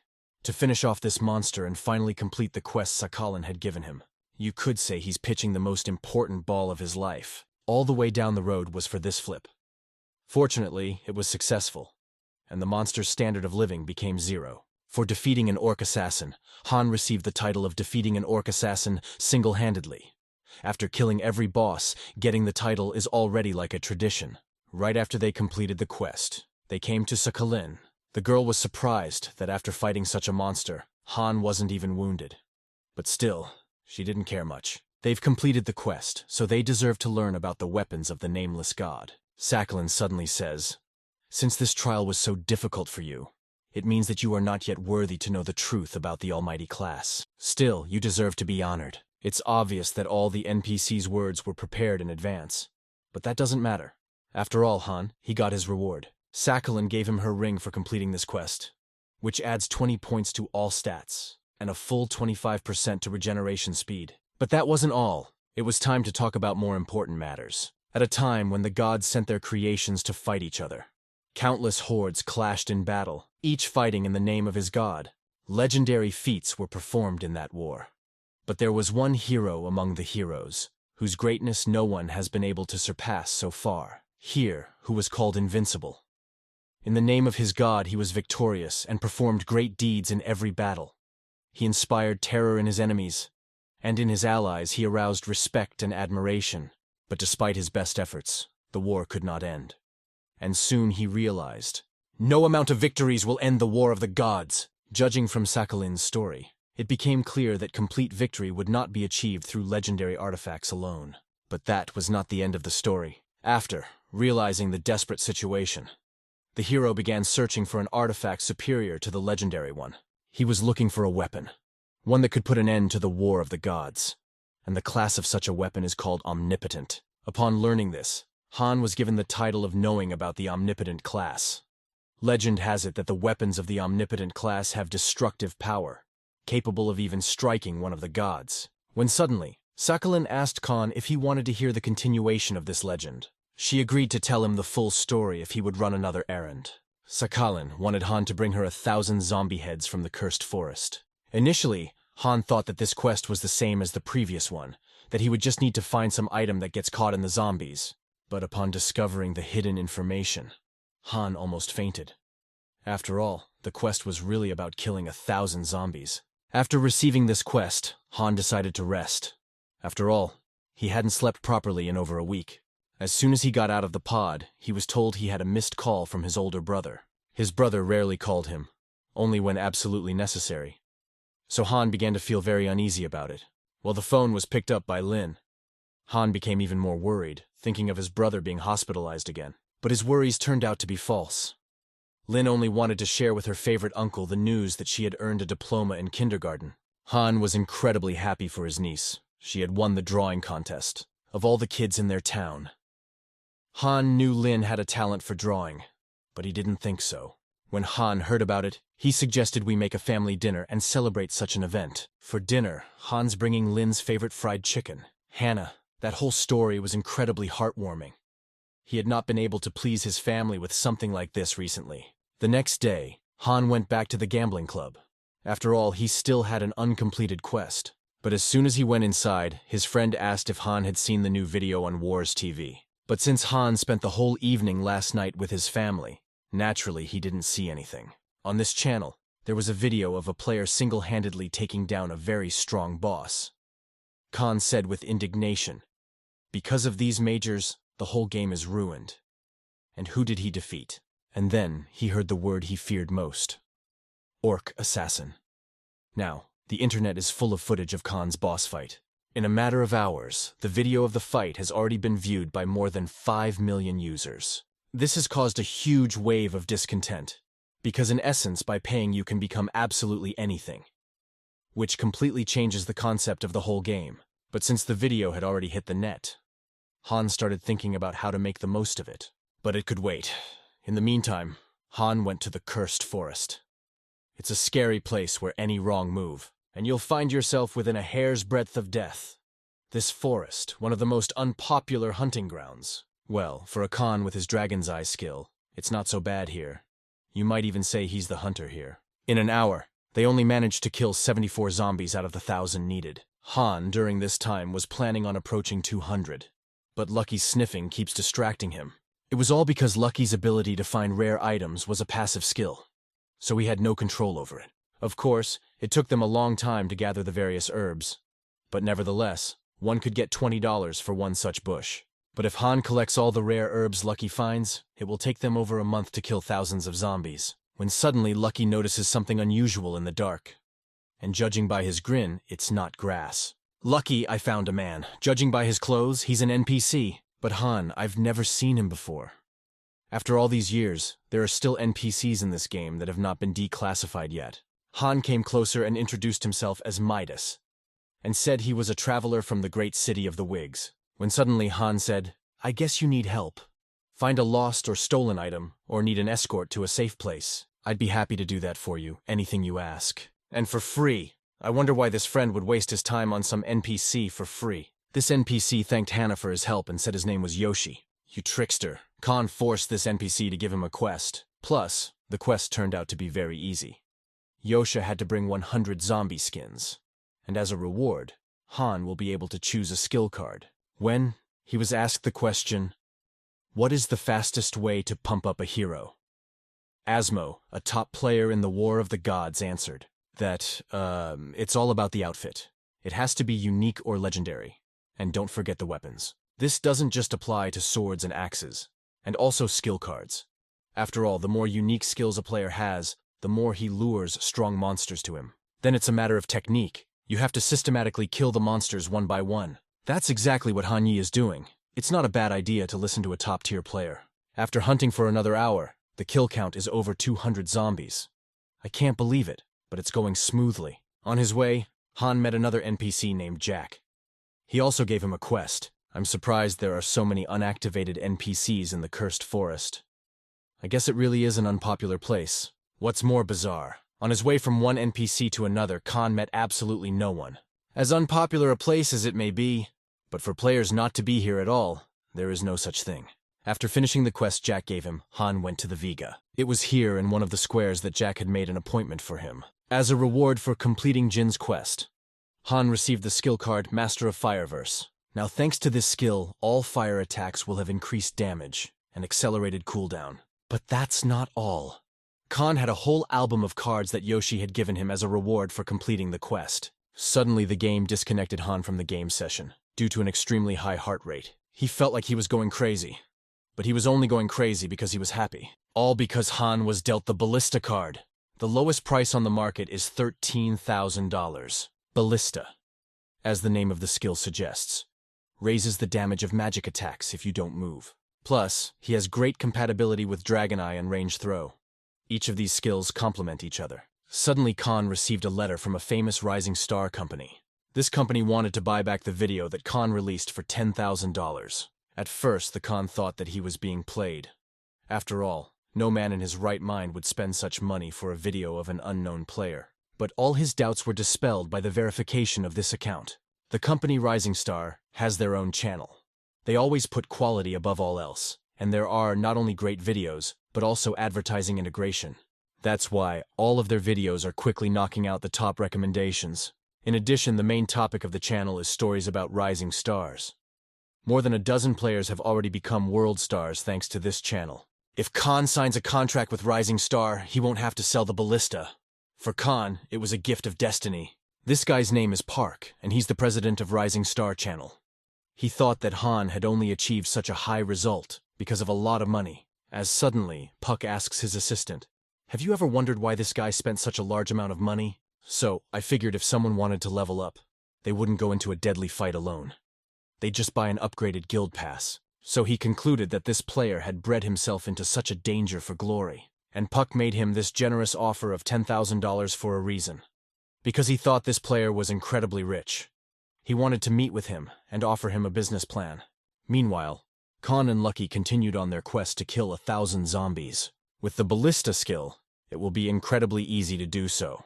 After all, this skill works only if its owner does not move, and from zombies to dodge do not need. But in conjunction with Khan's other skills, Ballista creates an attack of extraordinary power, able to kill several monsters at once with one blast. After a couple more hours, Han finally killed the 1,000th zombie.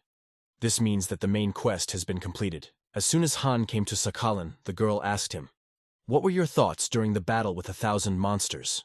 Han said that the cause of the unbearable stench in the suspicious forest was an orc zombie at the altar of a nameless god, which gave him the idea that he thought that the cursed forest is also under the influence of a nameless god. Sighing heavily, Sakhalin said, "Great, you're not as stupid as I thought. And really, only a fool wouldn't have guessed." Now she'll give Khan a quest to kill the boss in the cursed forest. And next, Khan's assignment was to find out why the forest was cursed. Since this is a task of increased difficulty, Sakhalin decided to provide Han with some help in the form of a scrapbook of unique skill cards. Albums like this are incredibly rare, because each skill card in it has a class unique. Any skill from this album could be useful to him. But still, Han wanted a specific ability. Among all skills, Khan got the skill of double spell, allowing to use 2 spells at the same time. Before starting the next quest, Han decided to take a little rest and replenish his strength. As soon as Khan returned to the real world, his friend comes running to him and inarticulately tried to explain something. After calming down, the friend said that there was a double spell skill card on the market. Apparently someone other than Han had gotten a skill card like that. He kept his own. But that's not the interesting part. The most interesting thing is the price of this skill. The owner wants $60,000. After the launch of War of Gods, enough set the prices of various in-game items. There were a variety of different items in the game. Skill cards were particularly valued, since it was problematic to understand their value without examining each effect. But there were exceptions to the rules, for example, skills that are obviously good. But fortunately or not, the card Khan received was not for sale. Suddenly, Rising Stars wrote to Khan with an offer to sell a video of the Archmage single-handedly killing a hobo sorcerer for only $13,000. Puck was very nervous. After all, he doubted that the Archmage could defeat such a monster by himself with such characteristics. But he didn't want to let that possibility pass. Because Warlock Wanderer is very different in type and complexity from an orc assassin. And if someone actually managed to kill him by himself, this video will make a real splash. And in the meantime, Han decided to begin his quest. And the first thing he did was to put on the Orc Assassin set. Any understanding player dreams of this equipment.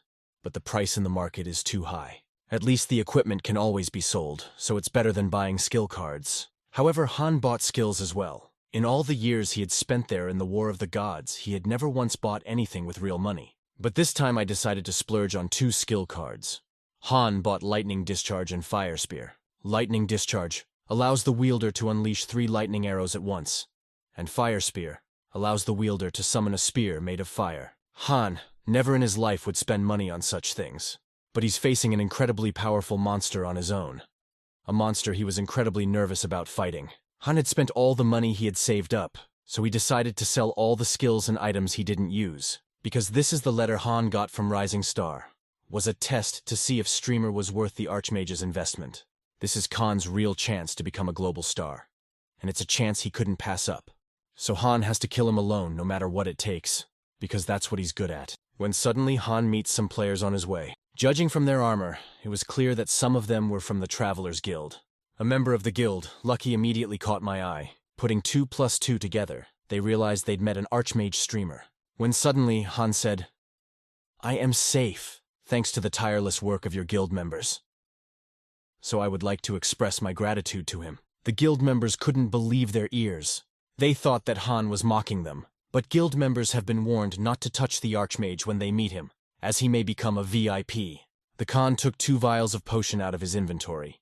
He said it was to thank them for their hard work. According to Khan, it's a potion that reduces stress and anxiety.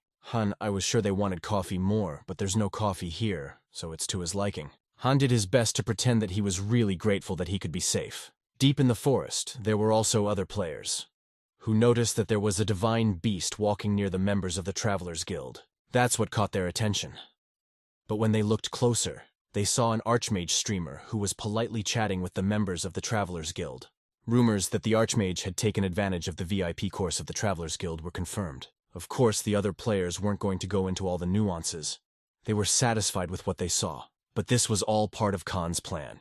He wanted other players to see him giving potions to a member of the Travelers Guild. He did it to temporarily make the players think he was protected by the guild. Especially 2 potions. A small price to pay for the opportunity to kill a vagrant sorcerer in peace and quiet. But this deception will last at most a week. So Khan must try to kill this monster in the meantime. Many teams tried to defeat this sorcerer. But as soon as they saw that their tank was killed in one attack, immediately ran away. But this boss, unlike the others, never leaves survivors. If some monsters want to make a difference by their actions, the Witch Wanderer only wants to kill. But before Han fights this monster, he decided to practice.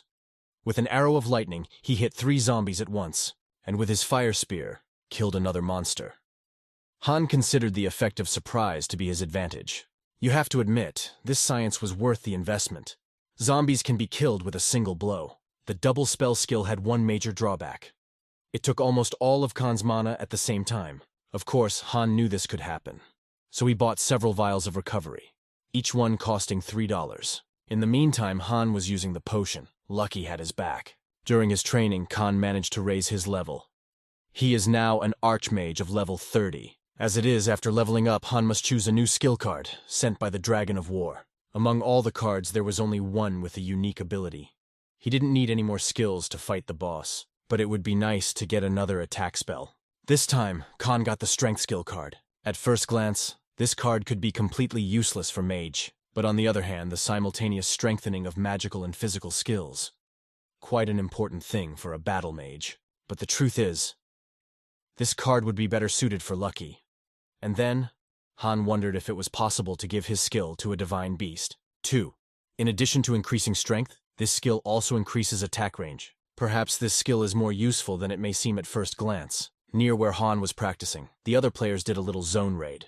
It looked like they were on some kind of quest. Their team was a standard tank, a damage dealer and assistants. And now that they've pretty much finished mopping up all the zombies, something they didn't expect. There was an explosion caused by a fireball. This team was sure that there was absolutely no one in the neighborhood. After all, the archer has the eagle eye skill, allowing you to see monsters and other players within a radius of 50 meters. The players were confused. They didn't understand where the fireball came from. When suddenly, the archer said, "My skill sees absolutely everyone." So this fireball came from a distance of more than 50 meters. Of course, this fireball belonged to Khan. He was able to hit the monster from a distance of 80 meters. He couldn't believe that the effect of power affected the range of magic throwing. It turns out that the power is compatible with the skill of long-range throwing, and with the Dragon's Eye, and even with the Ballista. And most importantly, this skill increases Lucky's combat effectiveness. It turns out that this skill completely changes the entire layout of Khan's forces, and originally, he thought it was useless. Right now, Khan's attack range is exactly 100 meters, and given Lucky's increased abilities, with his current skill level, it would be incredibly easy for the witch doctors to defeat the tramp. But that's just in theory, and in the meantime, the players couldn't settle down. They wanted to find out who had taken their loot. They found a lonely guy nearby. He was trying to earn some experience points by killing mobs, when suddenly the archer said, "Look at him. Does he look like someone who can kill an orc with a single blow?" While the players were searching for Han, they heard a voice from the darkness. It said that Streamer the Archmage would try to defeat the sorcerer vagabond alone. Meanwhile, Khan did indeed launch his stream. Any player who single-handedly attempts to defeat any boss is doomed to succeed as a streamer. But Han didn't come here to try. He came here to win. The Khan was faced with a bit of a dilemma. He wondered whether he should kill the monster at once, or play with it to keep the audience interested. And then, he came up with his own challenge. Han decided to defeat this boss without taking a single damage. The first thing Han does is send a fireball straight into one of this monster's heads. He did it on purpose. He put some force into his attack to piss off the sorcerer tramp, and I have to admit, our hero did it perfectly. Suddenly, the monster called out a pack of zombies. Is one of the boss's main abilities. On his own, he's not much of a threat, but his spells are really dangerous. But they're dangerous to the average player. For the Archmage, these zombies are just another mob. The ice arrow is the perfect way to crack the skulls of these pathetic zombies. Thanks to the Dragon's Eye, Han recognized that there were about 60 meters between him and the boss, and then our hero decided it was time to reveal his true abilities. By combining ballistics and the long throw, Khan finished off the witch tramp in Phase 1 with one blow, burning his head to the ground. That's truly amazing. There aren't more than 1,000 players in the entire game who can do that. And now comes the best part. The boss has entered Phase 2. When you activate Phase 2, his mana count increases dramatically, and casting spells takes less time. Watching the fight from the sidelines, the players decided that they would wait for the right moment when the boss went into Phase 3 and kill Han. To take all the loot. Zombie summoning is the ultimate sorcerer's vagabond, the point of which is that he summons all the zombies in the neighborhood. Collected zombies will attack only those players who deal damage to the sorcerer. Looking at his enemy, Han realized that he had done more damage with the fireball than expected, and the Witch Wanderer skipped his second phase and went straight to the third. And then Han shouted, "Hey, everyone watching this, warm up a little!" Those words weren't directed at the audience. It was to the players who were sitting in ambush, waiting for the right moment to steal from him. Kanu had nothing to offer Stream to snipers who only think about easy profit. That was why it was time to show the ultimates he was hiding. His fifth spell, hoping that this spell would make them leave. Meanwhile, the Stream snipers were already ready to attack the monster and Khan at any second. But then something happened that they never could have predicted. The Khan pouncing on the sorcerer hobo with axe in hand. After all, just by killing a monster in close combat, Khan doesn't risk losing all of loot after killing it. Gash is a hero, proving once again that he's not just a smart player, he's a brilliant player. But what's most surprising? Khan did a tremendous amount of damage with his axe as a mage. Anyway, you have to admit it was pretty hard. By killing this boss, Han earned the title of Single-Handed Tramp Sorcerer Assassin. Our hero was able to deal a lot of damage with his axe thanks to his power card, although it seemed pretty useless at first. Before ending his stream, Han said, "And I also want to thank the members of the Explorers Guild who were there for me. I hope you didn't get bored." Of course, the Research Guild had nothing to do with it. These words were addressed to those players who wanted to collect the reward for the boss. As soon as they heard the words Explorers Guild, they were instantly wiped out. Further proof that Han is a genius. He used the corpses of ordinary goblins to create human silhouettes. Having completed one more mission, Han immediately went to Sakalin's house. Han was actually taking a big risk, because if his bluff didn't work at the end, he wouldn't have been able to win on his own, and the whole mission would have gone down the drain. But luckily it was a success. The reason the forest was cursed was because of a small cursed stone that belonged to a vagabond sorcerer. Surprisingly, it was one of the easiest missions during the Aspen storyline, because Han has discovered the truth about the cursed forest. He is to be rewarded. And this time, it's a staff of mountain ash. Han was very disappointed to see his reward. But as soon as he picked it up, an information window opened in front of him. It looks like an ordinary stick, but it is actually one of Sakalin's magic staffs. Since it is a magic item, it improves all magic-related characteristics. When suddenly the girl said, "This shard is rejecting my magic. You know what that means?" The Khan, elated with the joy of the new staff, shouted, "Of course it has an owner." Khan's hunch proved correct. The shard is still loyal to its former master. And to change his allegiance, Sakalin needs a compass. For this purpose, she ordered the Khan to go to the Dorito mines and find a Zugu blacksmith. Meanwhile, in the real world, the video of Khan's battle against the sorcerer Hobo has gained a huge number of views, and Puck has noticed a few interesting changes. The first thing he noticed was that Khan's outfit had changed, and the second thing he noticed was that it was a double cast. Last time, this skill card was selling for $100,000, but the seller abruptly took the spell off the sale. And then, Puck thought, the archmage they wanted to contract with had offered a higher sum in private messages. Khan sent a recording of his fight to Rising Star Company after he upgraded his performance. Everything as they agreed. But what confused Pa the most was what Khan wrote at the end of the post, looking forward to positive results. So far, this whole Rising Star thing has been a little confusing, but it will become clearer soon. Dorito Quarry, hunting grounds for trained players only available from level 40, because you won't find the usual monsters there. Enter the dungeon that periodically appear around the mines, was the only way to level up quickly. In other words, for players that couldn't find a group, because of incompetence. There was a system whereby, one way or another, they fell behind one by one. To make matters worse, even if you managed to find a team, it was far from over. What happens if a team of 6 finds a dungeon that only 5 can enter? Players with low level or contribution were excluded. They were undoubtedly unlucky. But on the other hand, in this way, Dorito's Quarry separated the grains from the countless tares in the Wars of the Gods. It was a test of sorts. In the past, Han would have been the one who would have been eliminated from the group if necessary. But now things have changed. Now he can act as the main strike force. Finding the Zug blacksmith was much easier than Han thought. But now he had to get him to make a compass using the cursed stone as a material. Upon meeting the Zug, Han introduced himself and said that he had come here on behalf of Mrs. Sakalin. Skipping all unnecessary conversations, Han immediately said he needed to make a compass using the cursed stone. Zug laughed when he heard that and said, "For a Sakalin to work with such an annoying mage, you must have endured a lot. I know a little about her character. It's obvious she gave you all sorts of ridiculous tasks whenever she could. Tell me, am I right?" Added the Zug. Han, I knew from the first seconds that they would get along with this NPC. When suddenly, Zug showed Khan his necklace. It is made of a spiritual metal that can only be mined in these mines. This item shows the direction the Mana Master is in if you set things up beforehand. When Khan heard about it, he asked if he had to get this spiritual metal. He said, "No, it is not necessary. I can get it myself." Instead, Zug wanted Han to clear the entire dungeon of monsters so he could work in peace. That's all right.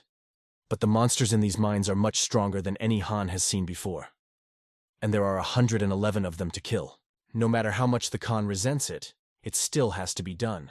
And in order to make money from it, he decided to make a video of himself cleaning up the dungeon. But before entering the dungeon, an exclamation mark appeared above Lucky. That could only mean one thing. Lucky had discovered another evolution.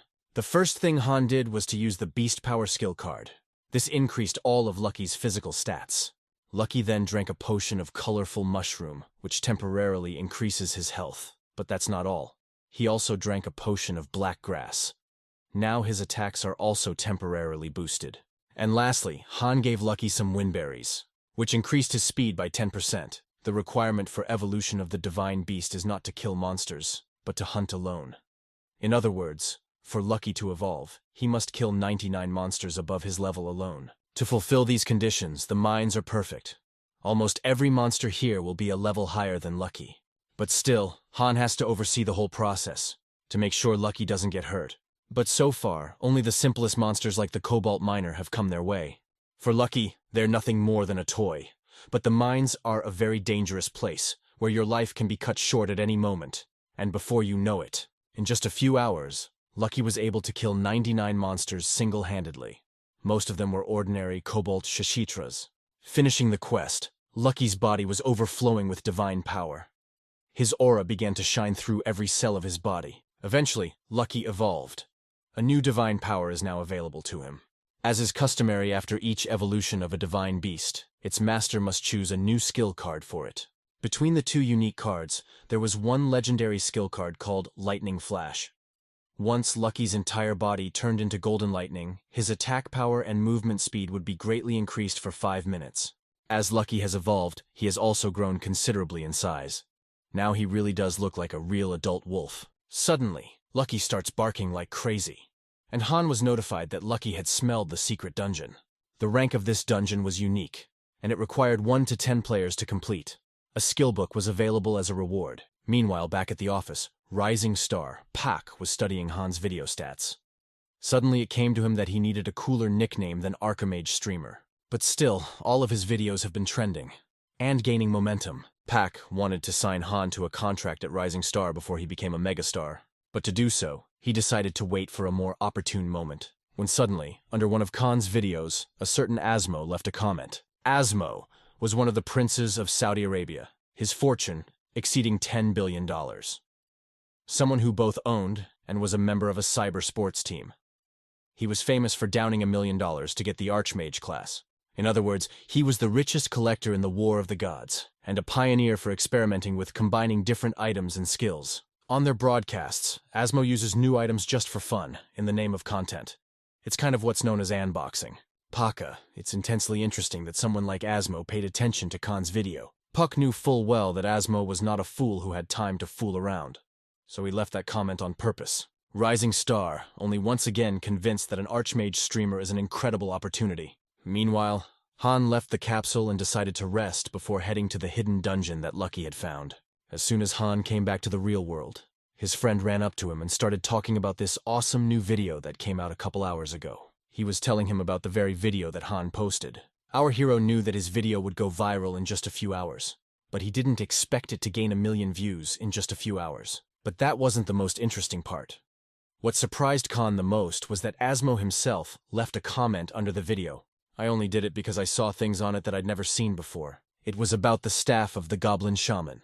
Reward received for completing the hidden dungeon, the secret sanctuary of the Goblin Shaman. However, now in the Wars of the Gods, this item could only be obtained from something that only Han had access to, namely the main scenario quest. That's when Han realized he'd really screwed up. After all, he had left a trail that could lead other players to the main plot. In games, there are always players trying to learn more than others, and War of the Gods is no exception. In this game, there are groups of people who are looking for everything related to the main scenario. At that moment, Khan was in a real panic. He didn't know what to do next. But the only thing he was sure of was that the channel's Rising Star would sign a contract with him anyway. Checking his email, our hero saw that Puck had made him a new offer, in which it is indicated that Khan's income from all videos will be 60%. No other company in the world has ever made such favorable offers to a player. No one knows about the main scenario yet, and even if they did, they wouldn't be able to catch Khan so quickly. And then our hero decided to go for broke. Now that he's got a stage ready, he has to give a good performance. Now that things have taken such a turn, Han decided to go to a hidden dungeon and fight a boss. The boss of this dungeon was a sand mole. He's half dog, half mole. If Khan was a regular player, it would be very, very hard to kill him. Impossible to say the least, because it uses multiple burrows, as its name implies, and it is almost impossible to predict the direction of its attack. However, thanks to his skills, Han knows which hole this boss will crawl out of. Battle with this monster, almost no different from the old-school arcade game, Hit the Mole. You could say Han had cheats in the fight against that boss. But still, everything was within the rules, and the ice arrow was the final point in their fight. After defeating the Pesocrot, Han received the title of the one who single-handedly killed the Pesocrot. But the most important thing is the skill card for passing the dungeon. You have to admit, there are quite a few good ones among the skills, such as Chain Lightning, Ice Ball, and even Lightning Shield. Khan is facing a pretty tough choice right now. He's already learned attack magic every verse, so taking a Shield of Lightning as a defensive magic is quite logical. But most of the monsters Han encounters can't attack him enough for him to need a shield. So he thought he'd take a skill card that would enhance his lacks. Of all the skills on offer, only one fit this category, namely, Impulse. If you apply this skill correctly, you can try to pass the dungeon many times faster. Momentum is a skill that summons the Wind Fairy, which increases the target's speed. Since speed boosts are useful in both defense and offense, it is incredibly useful. And for that very reason it was so damn expensive. The average price of a pulse on the market was $6,000.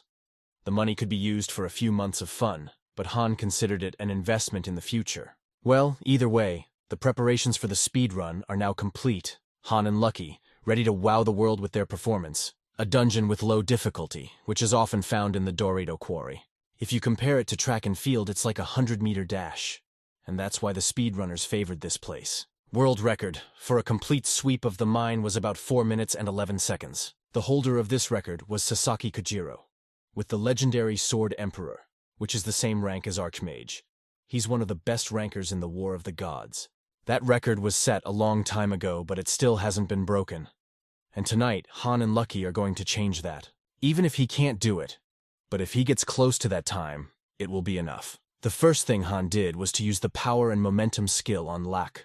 After that, he gave him a black herb potion that temporarily increased his strength by 30 points. And thanks to the Windberry, the momentum skill was strengthened by another 10%. But most importantly, videotape the whole thing, to earn as much money and reputation as possible. Turning on the tape, Khan said, "Today will be an unusual video, as today we will try to break the world record, the underground mine passage in the Dorito Quarry.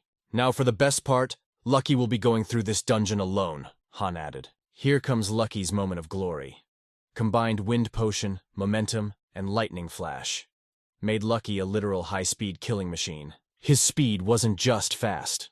It was unbelievable, for the human eye would not have had time to even notice it. The Cobalt miners don't stand a chance against such an opponent. After all, they simply can't keep up with him. Han decided to go with Lucky to the dungeon just in case, to check up on him, because there's no telling what kind of monsters Lucky might encounter along the way. Although they had only met simple monsters so far. Han remembered that there were dangerous creatures in the Dorito Quarry, but at the very beginning of the video, Khan made a promise that he would not fight in this dungeon unless absolutely necessary. So he left the monster that attacked him to Lucky. As expected, Lucky has no problem raiding the dungeon, even though he's on his own. Lucky's speed, under all the boosts, was much higher than Han imagined. When suddenly Han got a game notification saying they had passed the dungeon. Lucky's lightning bolt is still going strong, and as you and I already know, this skill only works for 5 minutes. So apparently Lucky single-handedly broke the dungeon world record. Well, to be fair, he was reinforced by his master. After that, Han immediately left the game pod. His friend immediately noticed that something was wrong with him. As he approached, he felt something strange. When Han heard someone approaching him, he said, "Before you say anything, I will give you the answer I took Hwan." Hwang, a traditional Korean medicine, is also known as the clear mind pill. But then, his friend said, "You take care of yourself. If you die, who will take care of your niece?" But that wasn't the Khan's concern right now. All he cared about was that he had set a new world record, and most importantly, he had a record to prove it. Meanwhile, at Rising Star's headquarters, there was quite a commotion, for Khan had sent them 2 records at once. The first tape was the one they asked him for, and the second tape was so overwhelming that Puck was speechless. A few days later, at the gaming club, everyone got out of their gaming pods and stared at their phones. Everyone, you've seen the video of Archimax streamer single-handedly killing a boss. This meant that the Rising Star channel had finally finished and uploaded that video that Khan had sent them. Like all the videos before it, this one made an incredible amount of noise. But most interestingly, this is the second video in a row that Asmo has commented on. After reading Asmo's comment, Han realized he'd burned Sakhalin's ring. That's the second time he's done that. That made Han truly terrified. He's being watched by the world's top 1, and his every move will be scrutinized. Sooner or later, someone will find the underlying plot. The more Asmo follows his videos and comments on them, the more people will pay attention to him. Because of this, our hero could find himself in a very dangerous situation. It was risky to stay in one place, and then Khan decided that he should leave Dorito's career as soon as possible. However, Khan should not forget what he came here to do. It could be said that he fulfilled the Zug's assignment without much trouble, and cleared the dungeon. While our hero was busy, the Zugu had made him a compass. All that remained to be done was to put the cursed stone in it. When suddenly out of nowhere, Sakhalin appeared. Once in the mine, the girl said, "Zuga. Well, why did you make me come here?" Apparently these two are pretty close. Although, when you consider their relationship, and their opinions of each other. It's clear they have no choice but to cooperate. Finally, the cursed stone is in the compass, and now we can find out where its master is. And then, like a madman, the compass pointed straight toward the Khan. That could only mean one thing: that he was the owner of the cursed stone. It would have been so if Zug and Sakhalin had not said north. The master of this stone is in the north. To find out which direction to look for the owner of the cursed stone, Han completed the mission given to him by Sakhalin, and most importantly, Han gained 2 levels. When he leveled up, he should get a new skill card. But this moment, he decided to postpone it for later. When Han got a compass with a cursed stone inside it, he got a questionable improvement in all stats. Ask why dubious, it's because this item can both improve and lower his stats. Sakhalina says, "Go to where the necklace points and find out what is there, at any cost." Thus, Khan got a new quest called Swamp, and as a reward for completing this quest, he will receive a legendary skill card. This is the first quest in Khan's memory, for which he can get a guaranteed legendary card. At that news, his heart rate spiked. If he didn't calm down now, he might be out of the game.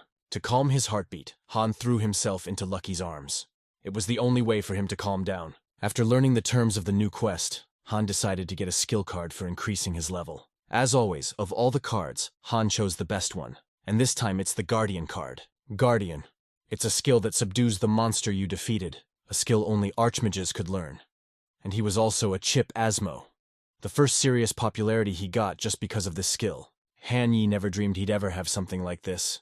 But with everything that's been happening to him lately, it's quite possible. But to be honest, this skill is not particularly handy, since the conditions of use are quite high. The problem is that not only can't you make a monster you have too much level difference with your keeper, there's also a condition where you have to kill 100 of these monsters in a certain amount of time. In other words, since bosses and big monsters are limited in number, making them keepers was impossible. But the reason the Guardian of Asmo was able to become so famous despite all of this is because of the fact that he could equip in-game items. In short, Asmo had laden his keeper with legendary items, even one of which would be very difficult for ordinary people to buy. But Han wanted to find a keeper to act as a tank on their team. Then he and Lucky could focus more on attacking. Originally, he planned to buy the skill to summon a golem, which would become his tank, but such skills are still very expensive. Han and Lucky have finally left the dungeon, and now they can concentrate on their quest. The whole time they were being watched by the mercenaries. They were only interested in one question: who was he that they paid so much money to follow him? But since they were mercenaries, they didn't care who their targets were as long as they paid money. As suddenly, the assassins noticed that Khan and Lucky started running. At first, it even made them laugh. After all, usually mages are incredibly slow and weak physically. But they didn't know that Han was using the momentum skill to accelerate, when suddenly, Han ordered the Lucky to stop, realizing that the mercenaries would never catch up to them, because the necklace has increased his speed several times over. And with such a speed indicator, there's no need to worry about pursuers. After breaking away from the chase, Han and Lucky finally decided to head to their next destination, which was the swamp. Meanwhile, the Rising Star channel has released a video of Lucky speedrunning a dungeon in the Dorito Quarry alone. Initially, people thought the Archimagic streamer wanted to make money by baiting people with the title of the video. But after watching it, people were convinced that Lucky really did break Sasaki Kojiro's world record single-handedly, even compared to his previous amazing videos. This video caused a real flurry of emotions in everyone who watched it. Most of all, people were interested in the fact that the video lasted much longer than the dungeon walk itself. The whole thing is that at the end of the video, Khan decided to tell. Where did he get rare items like the shaman's staff and the Sakhalin ring? But instead, he had a contest. Whoever guesses what item he showed at the end of the video will know the truth about the items Han showed earlier. Naturally, Asmo didn't ignore the video. He offered the streamer Archimage a tidy sum for any information about these items. And to prove his serious intentions, he donated $10,000. Asmo's comment under the last video of the Archimage streamer aroused even more interest in the viewers. Many have started making theories about it. Someone thought that streamer Archmage was just a project by Asmo to regain popularity, and some people thought it was all true. But only Han knew the whole truth from beginning to end. And it was hard enough to keep it a secret. Thanks to Donate Asmo, Han can afford to buy some unique item in the store. If our hero had followed the original plan, he would have definitely bought the Golem Summoner. But since he has a Guardian now, there's no need for a tank anymore. To be honest, Han was bursting with happiness. Everything he had been striving for years had come to him in a matter of days, but money earned must still be spent wisely. Nevertheless, for the sake of interest, Han decided to check the cost of the golem. Surprisingly, the draft golem sold for only $11,000. In an attempt to buy it, Han was turned down. It was already purchased, but it is not surprising because to summon a golem at such a low price is an incredible miracle. Meanwhile, at Rising Star headquarters, everything is going exactly according to Pak's plan. But still, he doesn't look happy. All in all, he was happy that the streamer Archmage was gaining incredible momentum. But he wondered how he could capitalize on it even more. And then, Puck decided to expose the trump of the Wharton School. In other words, he wanted to pay a bribe, and to whom and for what purpose. We'll find out later. The swamp is a hunting ground located north of the Dorito Quarry, for players of level 50, a place where many players have difficulty due to the trees and mire scattered everywhere. The swamp level was usually only up to the ankles, but sometimes you could fall through the waist, which deterred many players. However, the slowing effect also worked on monsters, and for a mage like Han, it's extremely convenient.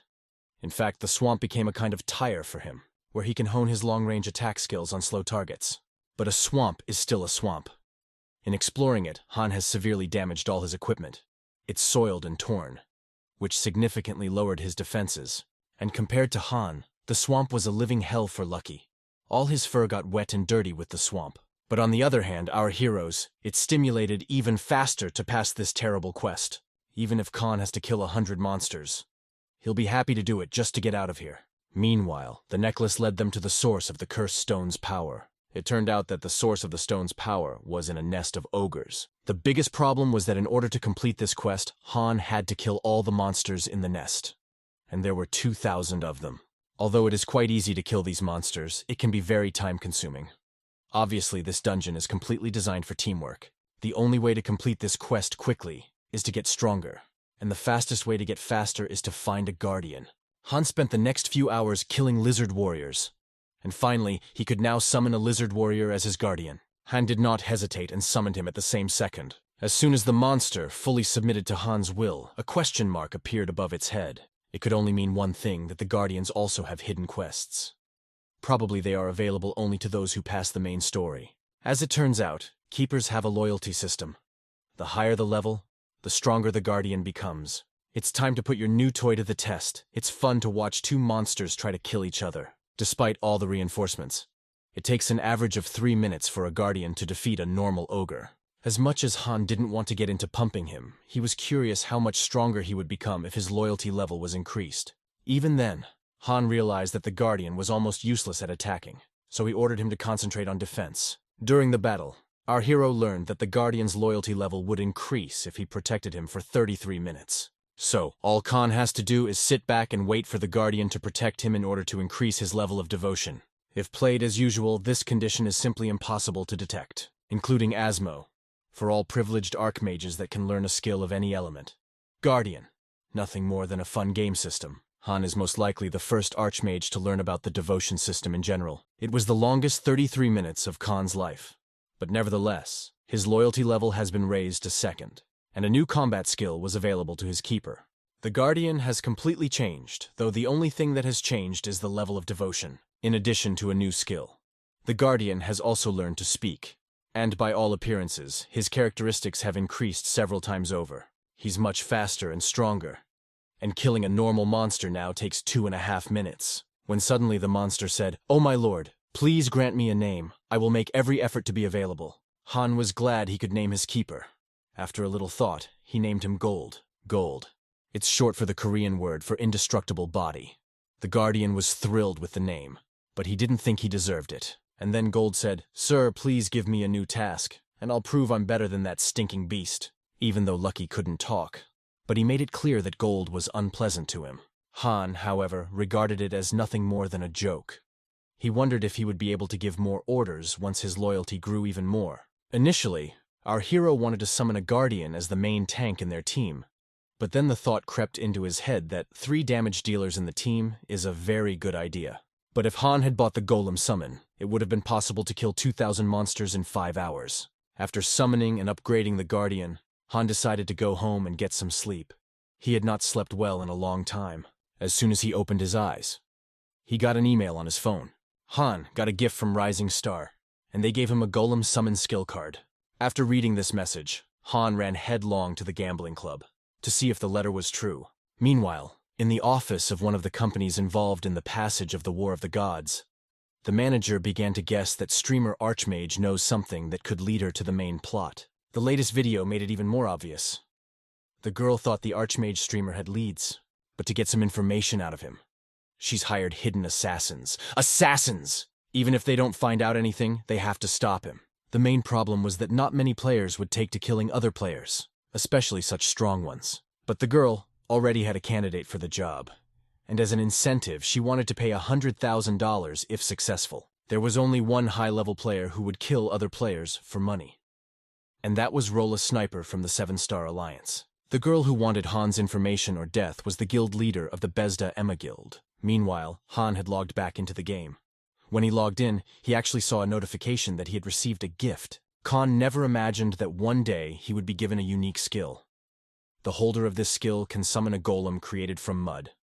Attack damage, armor, and size of the golem will increase with the development of the skill. Han understood perfectly well that in order for Rising Star to continue to help him, he would have to give his all and do something they didn't expect. The first thing Khan thought of was to kill the Pearl Crocodile alone.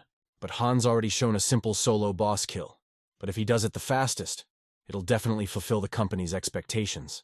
But first, our hero decided to finish the quest that Sakhalin had given him. Han, along with Lucky and Gold, have been in the monster's nest for over 3 hours. Because of this time, they had almost managed to kill as many as 2,000 monsters. Thanks to excellent teamwork, they did it faster than planned. Plus, thanks to hidden quests, the Khan's stats grow faster. The strength score alone is incredibly advanced, and he is a mage. Besides, since the mobs don't pay attention to him, he can even aim at a distance of 100 meters. Killing that many monsters has greatly increased his skill level, from the Dragon Eye to the Fireball. Now a solo kill from a Pearl Crocodile should be no problem at all. The relationship between Lucky and Gold is still very tense, but Khan believed that sooner or later they would become friends. When suddenly the cursed necklace started pointing to a certain place again. The necklace led Han to an abandoned altar. On top of it stood something that looked like an egg. When Han came closer, he recognized it as a dragon egg. It requires the powers of a nameless god to activate it. Upon hearing this, Han was speechless for a second. It's all about the fact that there were once rumors that a dragon could act as a divine beast. But as the years went by, no one ever saw a dragon. And in time, everyone forgot about it. With the dragon egg in hand, Han was determined that from now on, completing the quest came first. After all, the reward for completing this mission is a legendary skill card. It's time to return to the Vega. There was only one road from the swamp to the Vegas, and for an assassin like Rolla Sniper, it's the perfect way to kill Han.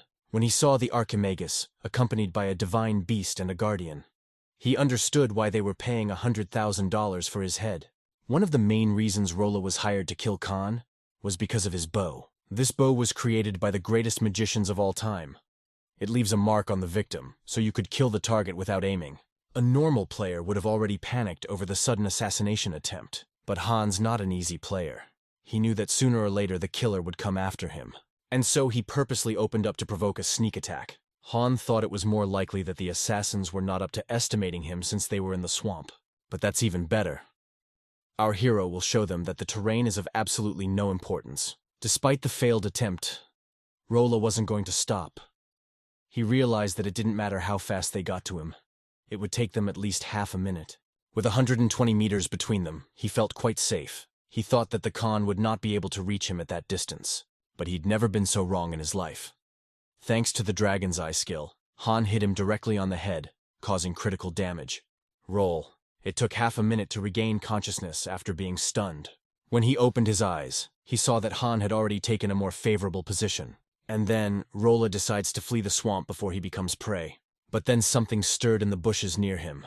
2 glowing eyes appeared in the darkness. Attacking a skilled assassin head-on would be foolish. So it was a distraction for Han to launch an ice arrow straight at his back. With just 2 of his basic spells, Han had taken down as much as 80% of the Rule's health. When the mercenary was distracted by Khan, Lucky pounced on him and knocked him to the ground. Now that the attacker's immobilized, Han wanted to see his ID. Originally, our hero wanted to kill him, so that he would never try to hurt another player again. But as he got closer, he quickly changed his mind. After all, he had seen his ID. He knew who Rolla was, and what guild he belonged to. And if he tries to do anything to him, there's a chance he'll become the enemy of a huge guild. Plus, they hunted together when Khan still had his old account. The Khan wasn't going to kill him, but he couldn't let him go just like that either. And then Han said, "You're a Rolla from the 7-Star Alliance, right?" "Stop playing dumb. I already know everything, and your nickname is Ryla," Han added. The mercenary turned pale when he heard that. However, this unpleasant situation needs to be dealt with. Han didn't expect that keeping his identity secret from the Alco Kit would lead to this. Head of the 7-Star Diani Alliance, he, unlike ordinary players, is simply filled with dignity. However, players who were familiar with him often referred to him as the Alco Kit, all because of his great love of booze.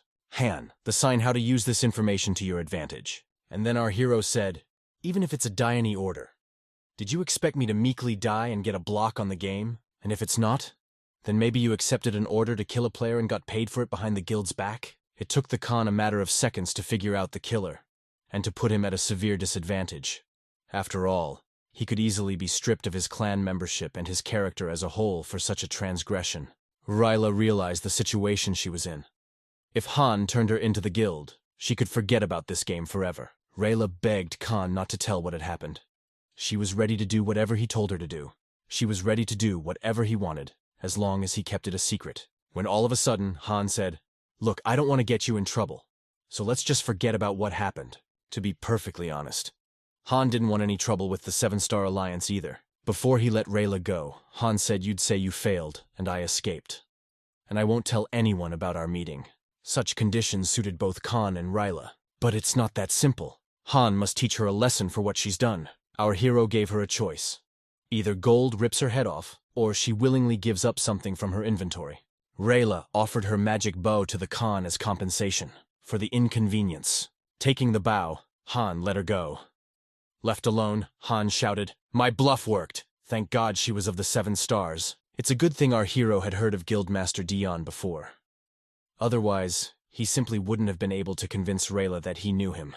But be that as it may, Khan now has a legendary item from the Vig series, Viga Bow, as one of the items from the series of Viga weapons. It is considered the best among them, respectively, and you can exchange it for at least $40,000. But on the other hand, Han didn't really need the money right now, so he decided to use it for the time being. Finding a mage that would use a bow is almost possible, but when it comes to a Vig's bow, that's another story. This bow has what is known as a marking skill. If the first attack hits the target, the next attacks will be targeted automatically. But a Khan can't use a bow and a staff at the same time. And changing weapons every time would be a hassle. So he has to make a choice either way. But the Khan decided to deal with this matter later. Now he went to the city of Viga. As soon as Han entered the city limits, everyone around him was just whispering. Thanks to the world record, Lucky also became a superstar. Everyone was really excited to see the streamer Archmage in person, but people did not understand why he was traveling with a group of soldiers. Upon closer inspection, players saw that the guards were just regular NPCs, but from that, the questions only got bigger.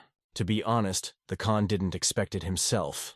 Well, as soon as he approached the walls of the city, the guards said they would take him to the lord of the city. It's probably something to do with the main plot. Khan has already created quite a stir around his person. And now, he's also the first player to be accompanied by an NPC, so there's going to be more rumors about him. We just have to figure out how to turn it to our advantage. The Khan was already anxious to know why Mr. Viga wished to meet him. Wow, that's interesting. It turns out that Skahalin's full name, Sakhalin Viga, her origin, completely explains her character. But Han Yi decided not to let on that they knew each other. In the past, Han Yi had never dreamed of meeting Mr. Viga in person.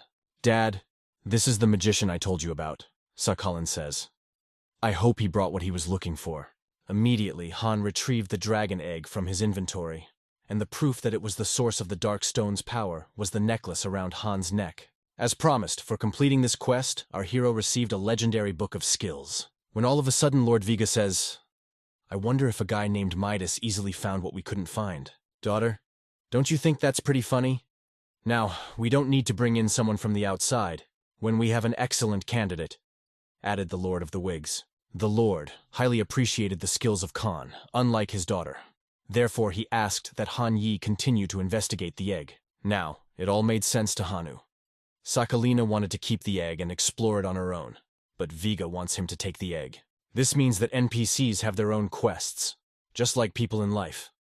After a moment's thought, Han gladly accepted the Lord's offer. But that wasn't the end of it. And then the Lord of the Wigs said, "Fine. However, my daughter doesn't trust you very much. So we should see if you can protect the egg. And to do that, Khan has to go back to the swamp and kill a pearl crocodile. Except the Lord called him a diamond alligator. Crocodile or alligator. There's no big difference. Either way, Khan needs to kill the swamp boss. This quest was a perfect fit for our hero. After all, Han already had a plan to defeat him. For completing this quest alone, Han will receive a white wiggy staff. When he saw that for passing alone, he could get not just a wiggy staff, but a white wiggy staff, he almost fainted from joy.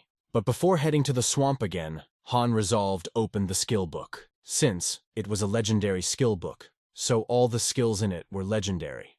But under the current circumstances, Han wanted the mana recovery skill the most. When he looked for silver, he found gold. Han didn't just find a mana regeneration skill.